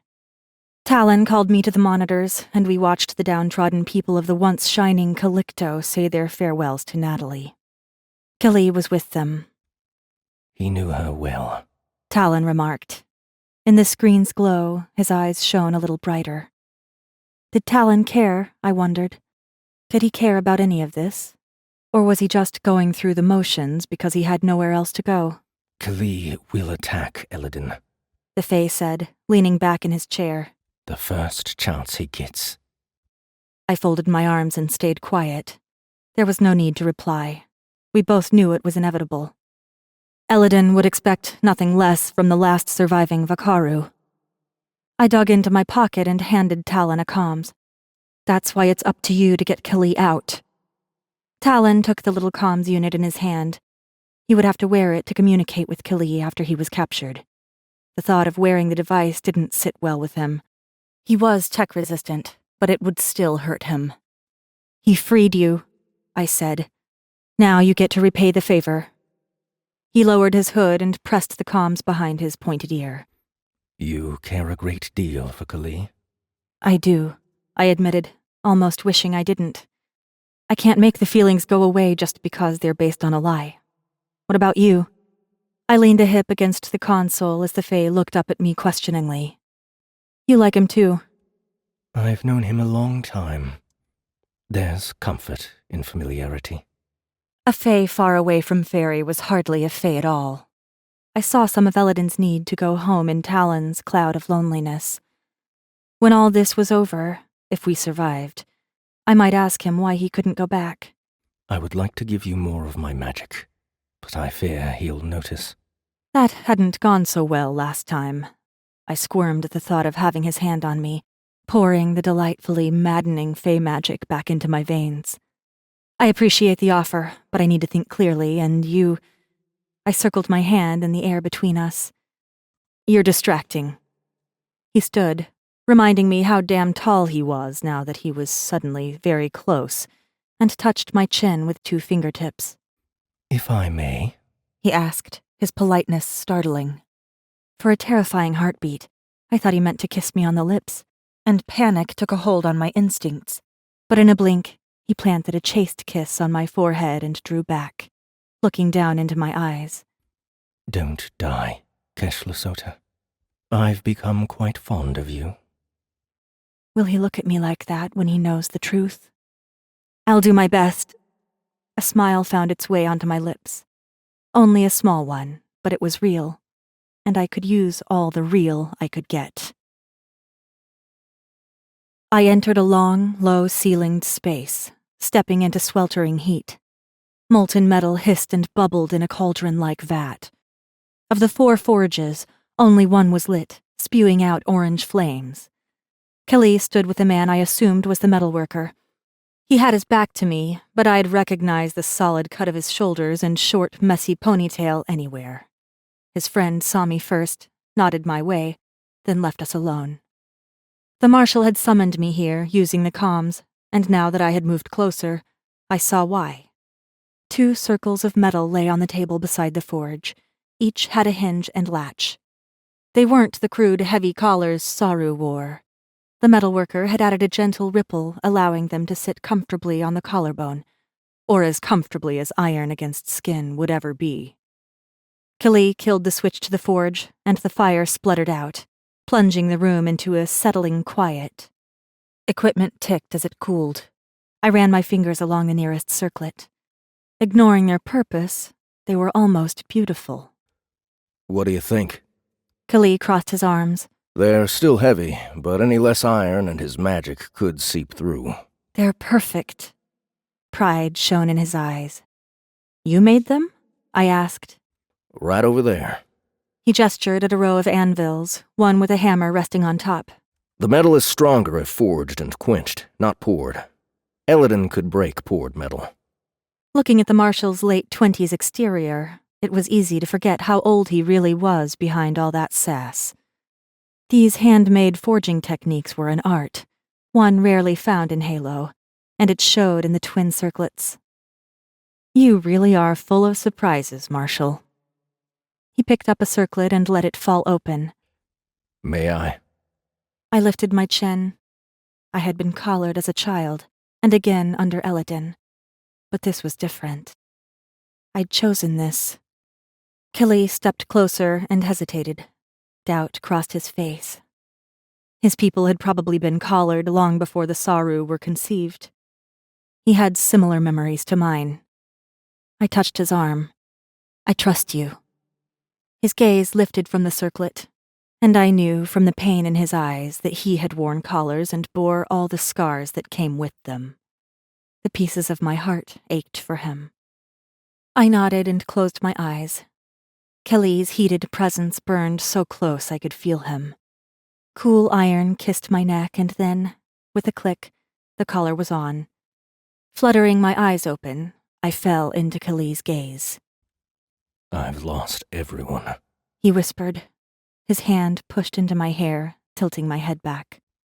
I can't lose you. His mouth sought mine, brushing painfully close, the promise of a kiss stoking desire. A tiny voice told me this was wrong, a mistake, but I shoved the doubts away and pulled Kelly down, kissing him like I'd wanted to since I'd seen his out-of-place prettiness in the sinks. I was distantly aware that we'd shoved the table back, but I was even more aware of Kelly's hand diving around my waist and down my back so he could pull me into him. The press of his thigh against mine, my leg caught between his, and his growing hardness digging into my hip. I soaked up every touch, groaning a small, treacherous sound as I threw my head back and let his mouth burn down my jaw and my neck.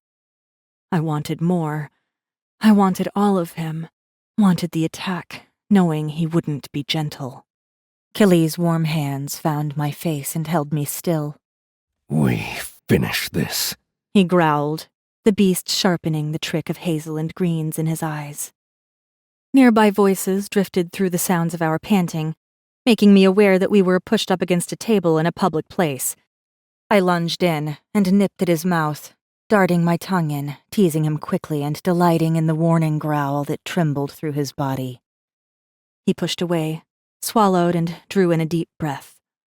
Running my tongue over my top teeth, I smiled crookedly as his gaze tracked the suggestion. If the two miners hadn't wandered into the room, he might have taken me up on my offer to run my tongue over him.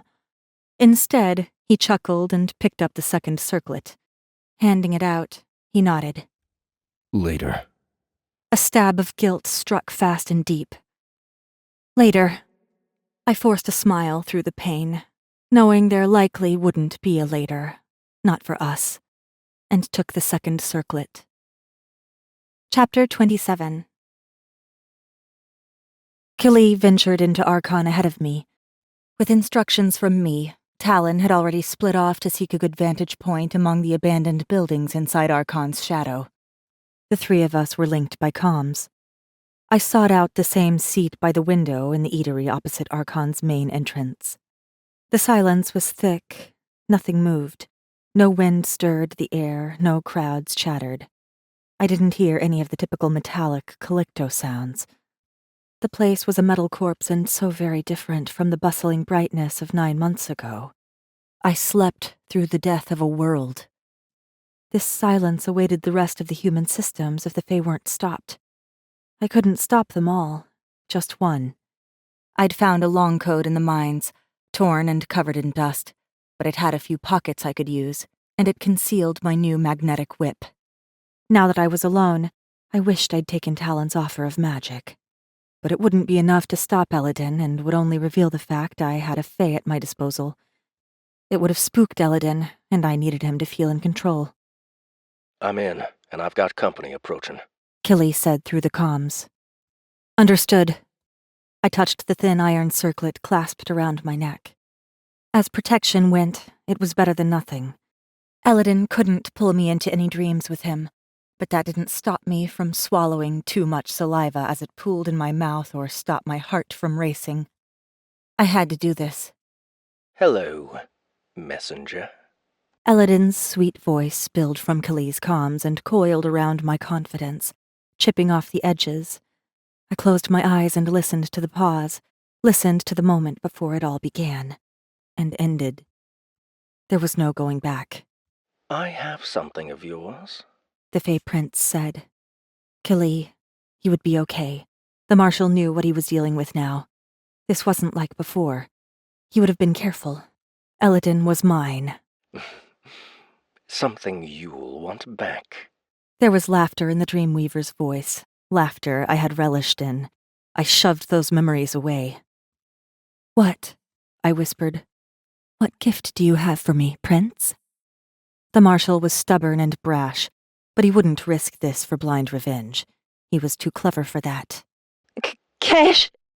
A woman's voice stammered. It took me a moment to unwrap the past few months and find the memory of that voice. Don't come, Kesh! She screamed. Don't! A resounding crack cut her off. No! I shot to my feet, burst from the eatery, and dashed across the abandoned street and up Archon's steps. Julia! Hold on! Elodin's laughter filled my head, and when I shoved through Archon's cracked doors, the liquid laughter rolled through the abandoned foyer and echoed far into the empty building. Chapter 28.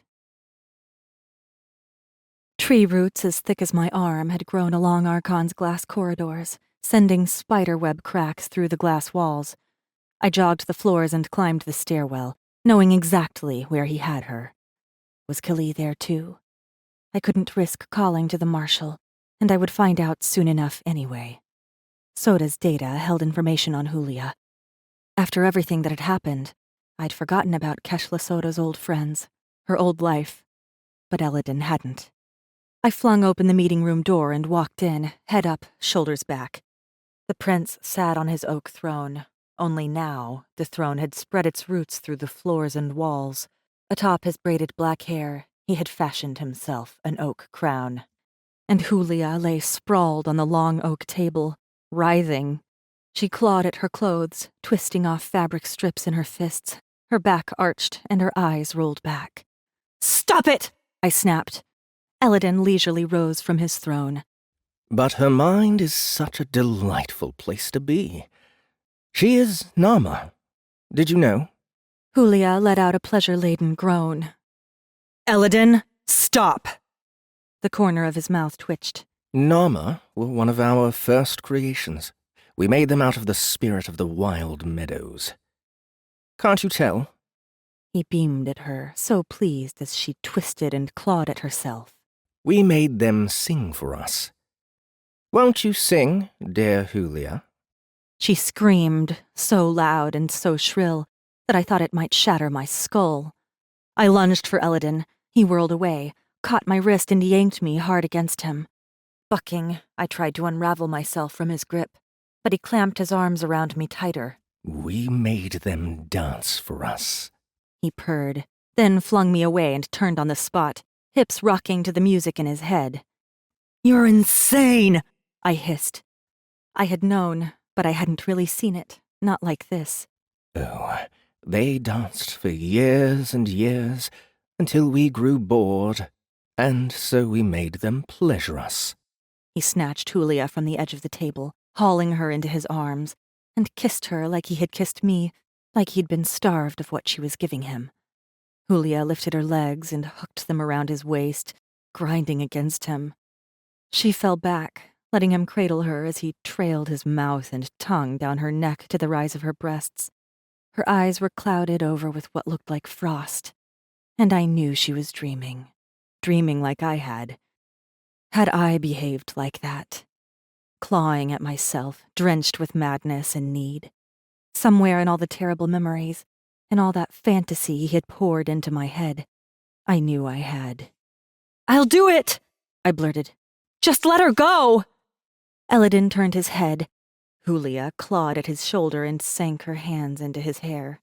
He pushed her off and regarded me with a new hunger. You will. As though I had a choice.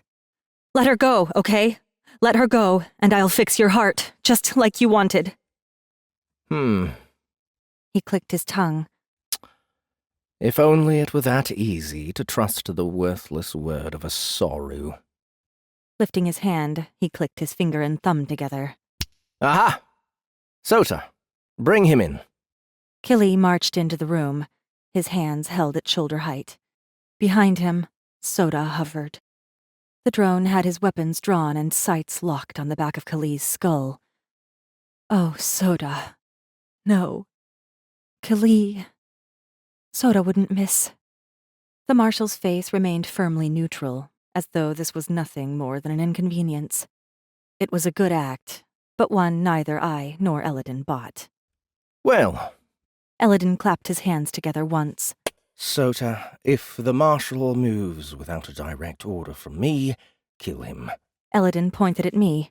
If she harms me, kill Julia, and then kill him. Received. Soda's neutral voice confirmed. I clenched my jaw.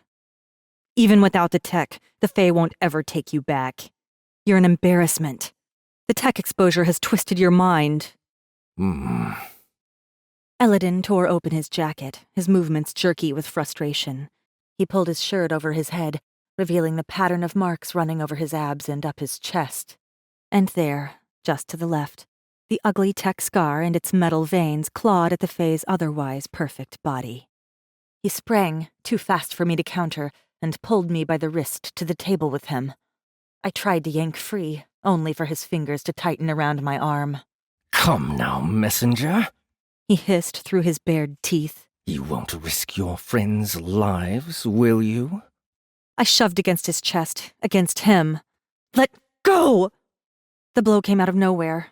His hand struck my face so damn hard I didn't feel it until I'd hit the tabletop and almost dropped to my knees. Julia's giggles sounded alongside the marshal's low growls. Pain thumped through my head, blurring my vision. And then his steely grip was on my arm again, yanking me upright. He shook me. Come on, Soru. Admit how much you want to touch me.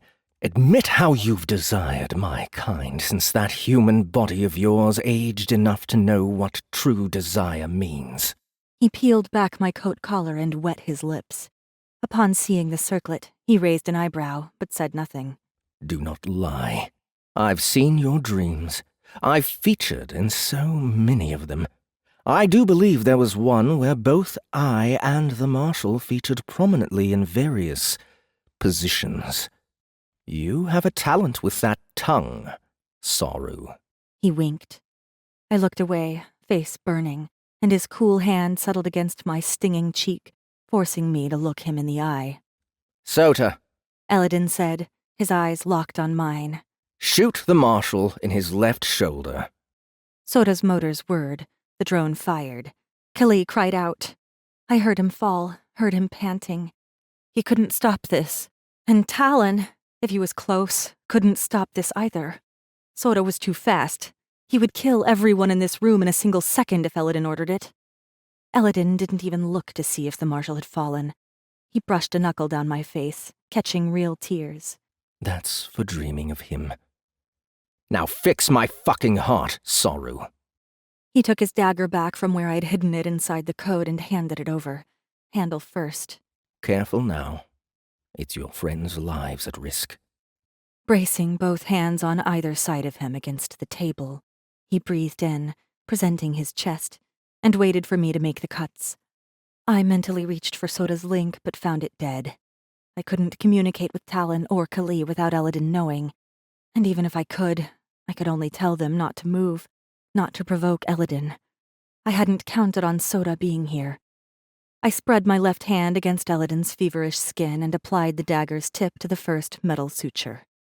It popped apart, wrenching a hiss from between Eladin's teeth. The sound of Soda's whirring motors filled the room. Kesh? Kili warned. I hesitated and pulled the blade back. Change the drone's order. Eladin glared down his nose at me. This will hurt, and you ordered Soda to kill Kali if I hurt you. A brilliant grin crawled across his lips. Then don't hurt me, Kesh. One maddening, terrifying thought climbed over all the others. To stab the dagger in and cut out his heart, no matter the cost. Julia and Kali would die, but so would Eladin. It would be over, and I'd be finished. My hand trembled.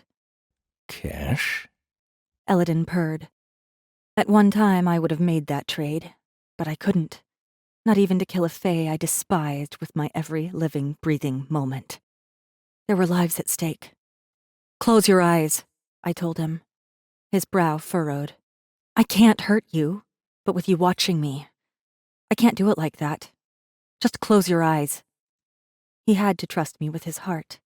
And despite holding Kali and Julia against me, he still wasn't sure whether I would kill him. He was right to hesitate, but his need outweighed the risks. He had no choice. Warily, his eyelashes fluttered closed. I pressed the blade to another suture with my right hand, but with my left, I eased the second iron circlet from inside my coat. This one hung open on its hinge. I pushed the blade in deeper with my right hand as I brought my left hand around, angling the open circlet toward Eladin's neck. When it closed, he would lash out. He might order Sota to kill Kali, but Julia would be free from his dream-weaving. I couldn't save them all. I didn't save people. I killed them. Kali was fast and strong. He might be able to deflect Sota, somehow. This was the best I could do. Kali, I'm so sorry. I snapped the circlet around Eladin's neck. It clicked, locking into place. He opened his eyes, fey colors blazing. Julia screamed. Her eyes were clear and filled with terror. Soru, bitch! Drone! Kill Kali! Eladin roared. Chapter 29. For one terrible, breathtaking second, nothing happened. Just like when Crater's face had exploded in front of me, time funneled into a singular point, crystallizing the citrus scent of magic, Sota's warring motors, and the color of blood streaking Eladin's chest. Then it snapped, unleashing chaos. Eladin brought his forearm up and shoved me back. Pure, blazing fury possessed him. He locked his hands around the circlet and fought to yank it free. His power flexed outward, drawing tight, about to snap. Julia reared up on the table, her murderous glare fixed on Eladin's back. I tossed Eladin's dagger over the Fae's head. Julia snatched it out of the air and sprang, landing on Eladin's back. The blade punched into his shoulder, up to her knuckles, and they both screamed. I whirled and saw the blur that was Kali duck and twist as Sota's single red light brightened. The marshal thrust his claws through Sota's underarmor, hooked into the drone and slammed it into the floor, smashing Sota wide open. Sparks flew. Eladin's magic breathed out, crushingly tight, and shattered. The oak roots that had entwined the room crumbled in great clouds of brown dust. The iron circlet had broken the prince's link to his magic. He screamed, but not in pain. His scream of rage sounded like twisting metal, and the Saru in me whimpered away. I dashed for Kali. He tried to wave me off, but I wasn't saving the marshal. I gripped his shoulder, sinking my fingers into the gunshot wound and smearing his blood across my hand, and then spun back toward Eladin. I flicked my whip open, heart racing, and cracked the weapon in the air. Eladin had Julia by the hair. He bowed forward, pulling her over his head, and tossed her away like she was nothing. The whip cracked, drawing his eye. He reached for the circlet around his neck. The whip's tip sailed in and wrapped around his neck, trapping his hands there. A dangerous thrill buzzed through me, lighting me up. I have you now. I jerked him forward, reeling him in. Mine. He pulled, bucking and snapping against the whip's hold, but the magnetic links tightened, choking off his air. His eyes blazed, his teeth bare, but I had him. Eladin dropped to his knees. All those dreams, all those fantasies he had forced on me, twisted me up inside. This was the one he had never let me live, but I was living it now. I stepped in close like he had done to me so many times and reached my left hand around his trembling shoulder. He bucked and snapped his teeth at my neck, until I pulled the dagger free from where Julia had left it. His gasp scattered twisted ripples of pleasure through me. Wraithmaker. They'd crafted me to kill for them. I was made for this. And as I looked down into his eyes, I realized nothing had ever felt as right as this single moment. I would kill for them. I had killed their queen, and now I would kill her son. I pulled the tip of the dagger down his face and watched his sweet blood well in its wake. Flicking the blade off his chin, I brought the bloody dagger to my lips. I had vowed to taste Fae blood again. His tasted like victory and revenge. I set the tip against his shoulder and swept it down his chest in lazy S patterns. He tried to twist free, but the whip tightened.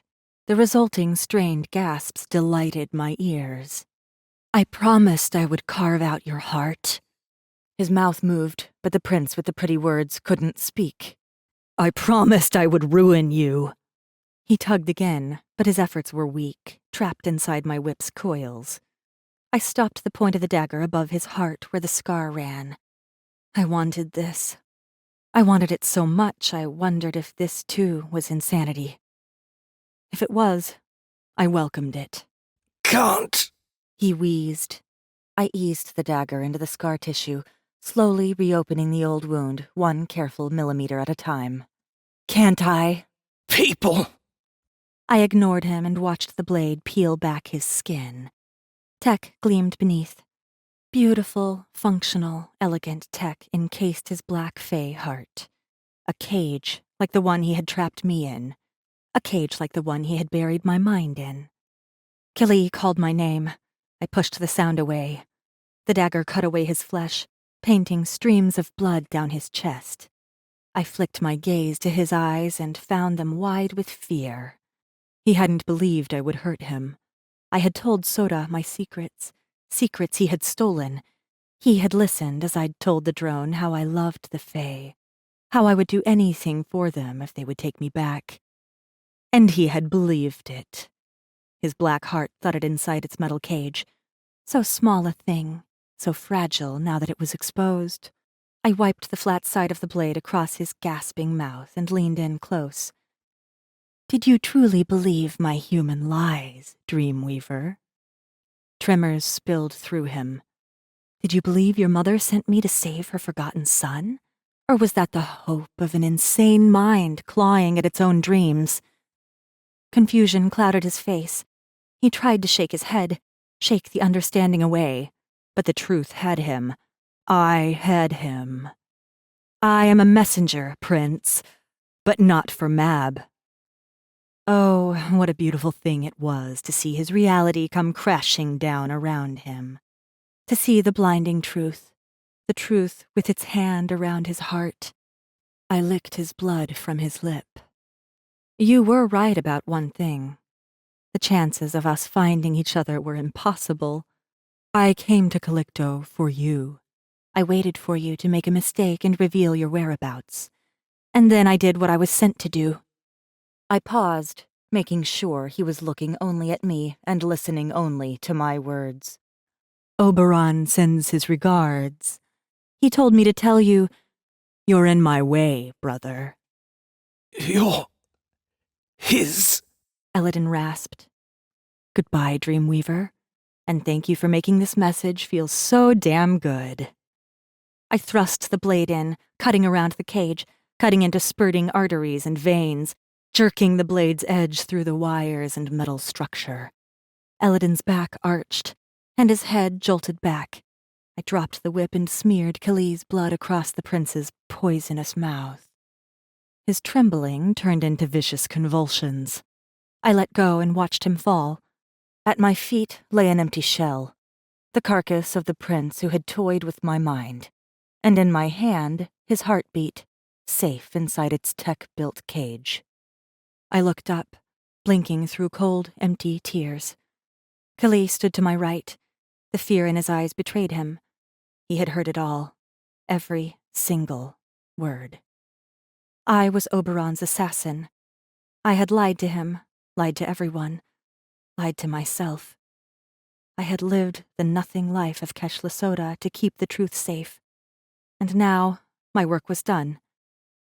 I stepped back from the prince's body. Eladin's caged heart thudded, nestled and warm in my hand. I tapped my comms. Talon? Kesh, are you all right? Relief sent his words in a rush. I had told him to wait, no matter what happened. Wait until he heard from me. Would he still want to serve me, knowing what Kali knew? Would he still look at me like he had, as though he cared what happened to Asaru? Hail the Fae ship, I ordered, my voice like stone. My real voice. Silence. I felt the heat of Kali's stare scorching my skin. Do it, I told Talon. I don't understand. Use the magic stored in this building and mentally hail the Fae vessel in orbit. Tell them I have their prince, and if they want him alive and intact, they must let the surviving population of Calicto escape. I could do this one thing and save Natalie's people.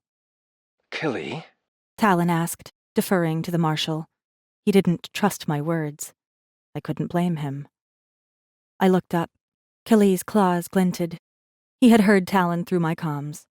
When he replied, he revealed long, dagger-sharp fangs. Do as she says, Talon. It was the only way to save the people. He knew it. He didn't like it, but he knew it had to be done. You're handing him over to them? Kali asked me, the beast inside him so close to the surface that perspiration beaded on his face. I lifted my chin and looked the marshal in the eye. My orders were to kill him. I wanted nothing more than to crush his heart. But I'm going against Oberon's wishes to save your people. When the Fae arrive, as far as anyone is concerned, I am Kesh Lasota, the messenger Saru who Eladin manipulated to retrieve his mother's magic. Do you understand, Kali? They cannot know who I'm working for. Disgust twisted Kali's mouth downward. Was it all Oberon's doing? He planned all of this? You already know the answer. He shook his head and backed up. I thought I knew you. He flinched, all the memories hurting him. I saved you from him. I helped you recover. I thought... And I am grateful. Believe me or don't. But I do care for you. Believe you? I don't know who you are. I did care for him. Everything Eladin had done to me, the imprisonment, the dreams, wasn't a lie. Kali and Talon deserved more, but I couldn't give it to them. But the people, I could save the people, just like Kali had hoped I would. I approached Kali and held out the prince's caged heart. The marshal snarled at it. At me. Take this and take shelter somewhere nearby. When I contact you, you will return it to me, and I will make the trade. The marks. He blinked, refocusing on me, seeing the truth standing in front of him. They would never give a Saru the Fae marks that you wear. I should kill you. You're one of them. It hurt to see the hatred in his eyes, hurt to have the words thrown at me. I was Saru. I was human. I had been raised to kill or be killed. I was the Wraith Maker. Oberon had given me the marks for my services, gifts from the Fae Prince who had grown tired of waiting to rule. But now was not the time to explain. Kali, I'm saving the people here. Help me. A thunderous trembling shook Archon's windows, and outside, a Fae shuttle began its descent, sparking a plume of color through Calicto's atmosphere. I don't know what's real around you, he mumbled, face crumbling. Lies are all the weapons a human has in Fairy. Fresh resolve shut down his expressions, banishing all emotion from his face. And you wear them well, messenger. He snatched the caged heart and dumped it into his pocket. This isn't over. I should kill him. He knew too much. He didn't mean a damn thing to me. So then why did it hurt so much to see him turn his back on me and walk from the room? I wanted to call after him, to tell him everything we had shared. Everything he had done for me mattered. Tell him I wanted to be with him and Talon, but I never could be because none of this was my life. Kesh Lasota might as well have been a dream, too. I belonged to Oberon. Kesh? Julia, trembling and dazed, staggered closer. What just happened? I nodded after Kali. Follow him. He's a good man. He'll help you. She scooted around Eladin's cold body and looked at me. Thank you. I would have liked to have her as a friend. Go! Alone with the cooling body of the prince, I moved to the windows and watched the Fae shuttle land outside the dome, kicking up great clouds of dust. I had done everything Oberon had asked of me.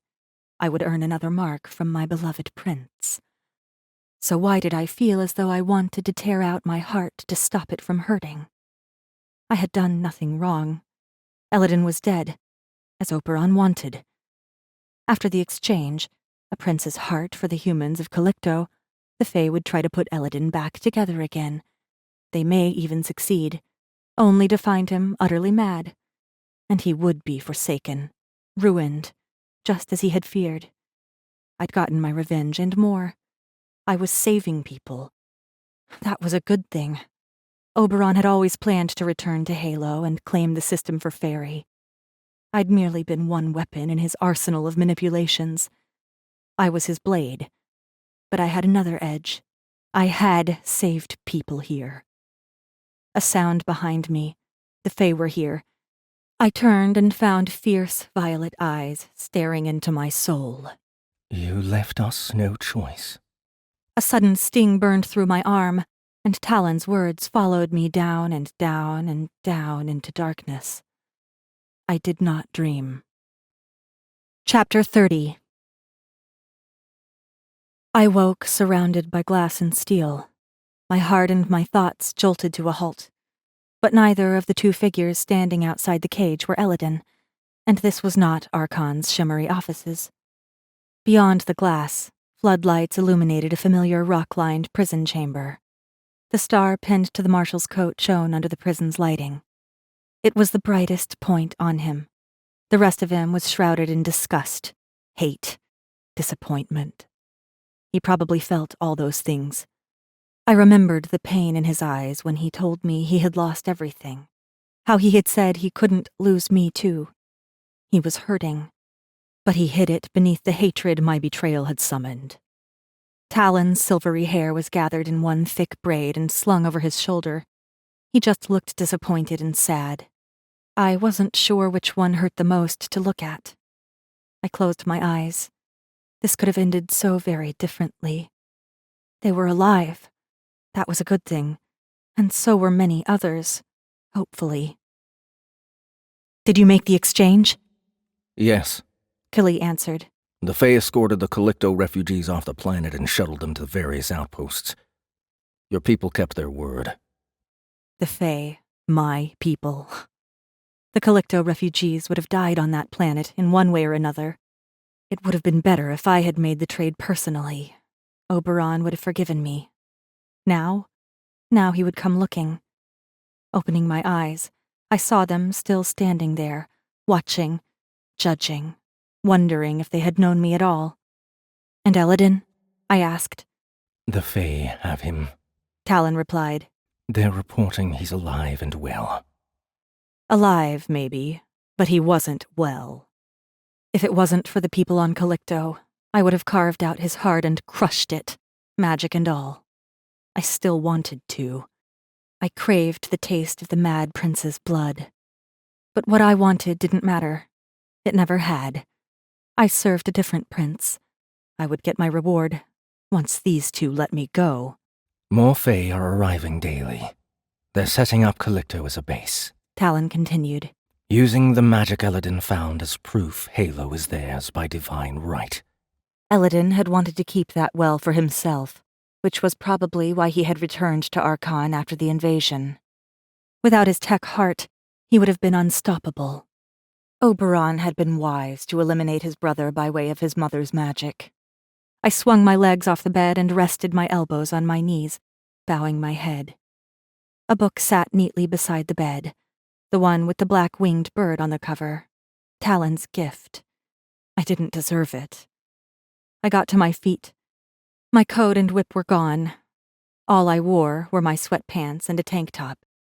The Fae marks wrapped around my arms took on a new weight now that Talon and Kali knew why I had so many. I approached the glass. It was ironic how I looked out on Talon when, not so long ago, I had been the one looking in. Did he think it ironic too? Or was it justice? I pressed my hand to the glass in front of him. He blinked but didn't smile.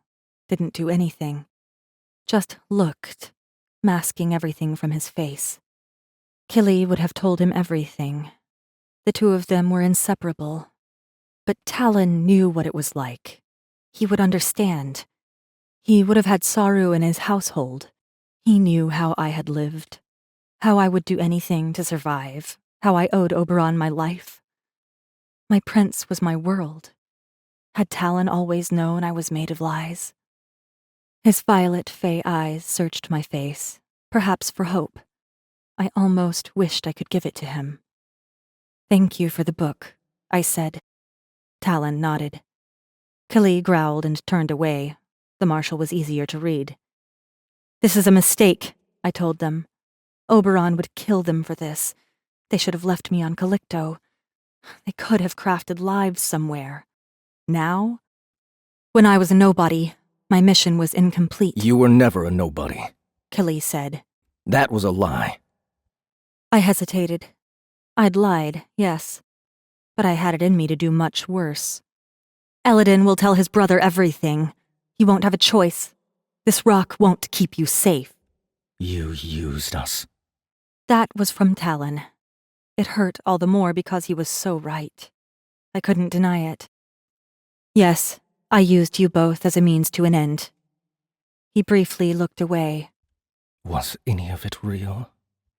I could tell them my feelings for them were real, that I knew I wouldn't be alive without them, that I owed them more than they could know, and it pained me inside to hear the distrust in their voices and see the disgust on their faces.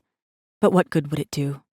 Oberon would come, and soon I would be my prince's shadow once more. If Oberon knew about Talon and Kesh, he would order me to kill them. I couldn't choose between my prince and my friends. No, I lied. None of it was real. I do not care for you. I used you both. You mean nothing to me. Talon made a low noise in the back of his throat and turned away from my cage. I bit my tongue, refusing to allow myself the luxury of telling them the truth. Kesh dropped onto one of the couches and spread an arm across the back.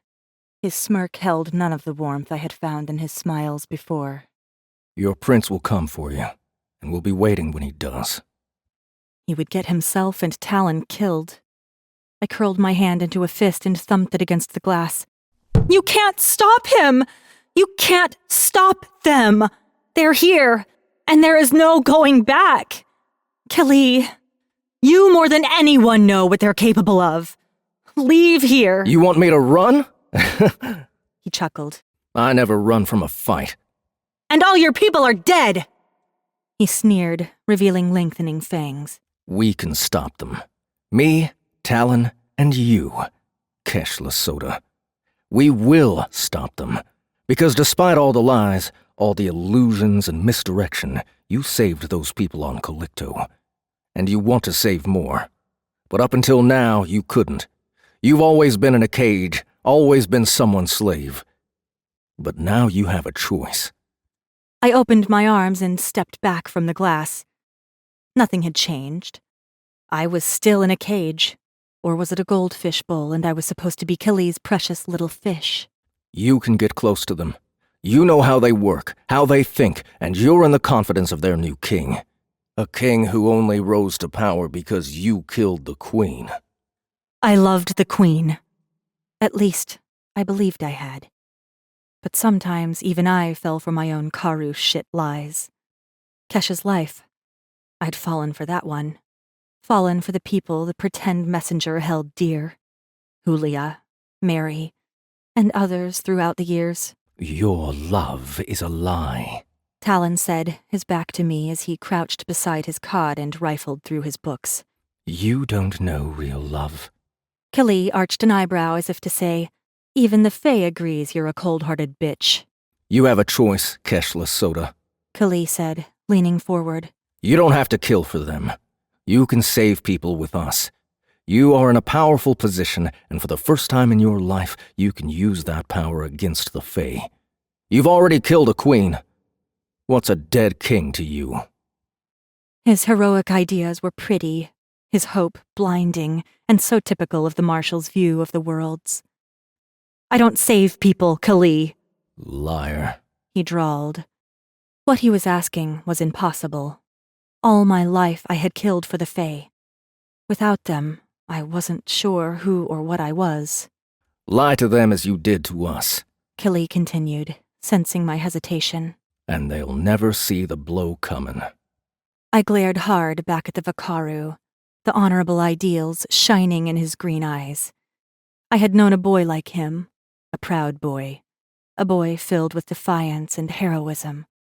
Eon had begged me to help him, and together he and I plotted against our Fae masters. He had trusted me, and when it mattered most, I had turned on him and killed my fellow Saru to the sounds of a cheering crowd, earning my first marks in service to the crown.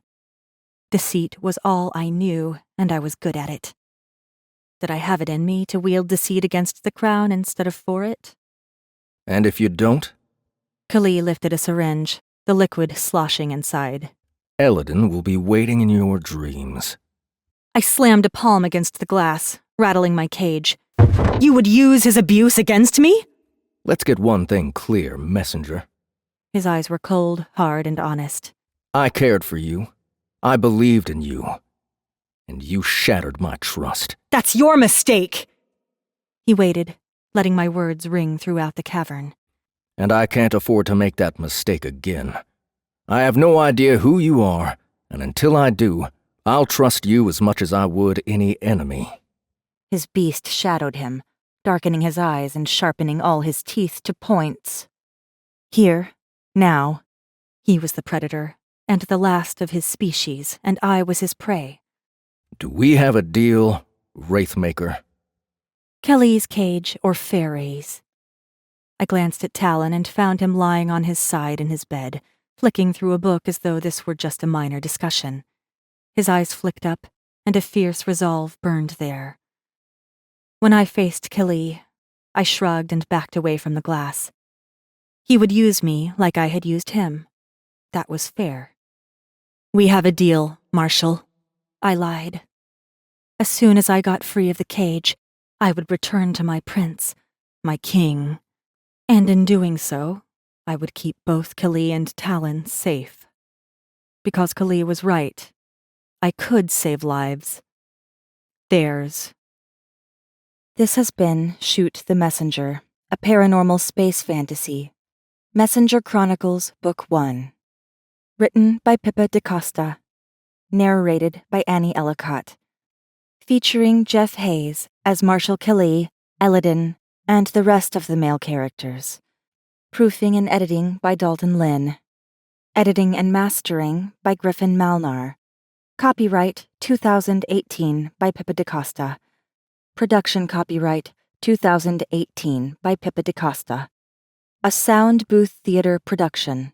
For more audiobooks or to see us perform live, visit soundbooththeater.com. I'm just the messenger. Acknowledge receipt and I'll be on my way. A thumbprint will do. If he didn't acknowledge receipt, I didn't get my cut, which would mean another week of tasteless rations and no water. I couldn't remember the last time I'd tasted real water, the wet kind, not the synthetic syrup. He picked up the signature strip, pinched it between his chunky fingers, and regarded it with a sneer. I've got a message for you to send back. I sighed and rolled my eyes so hard it hurt. Do you know what anonymous means, Mr. Crater?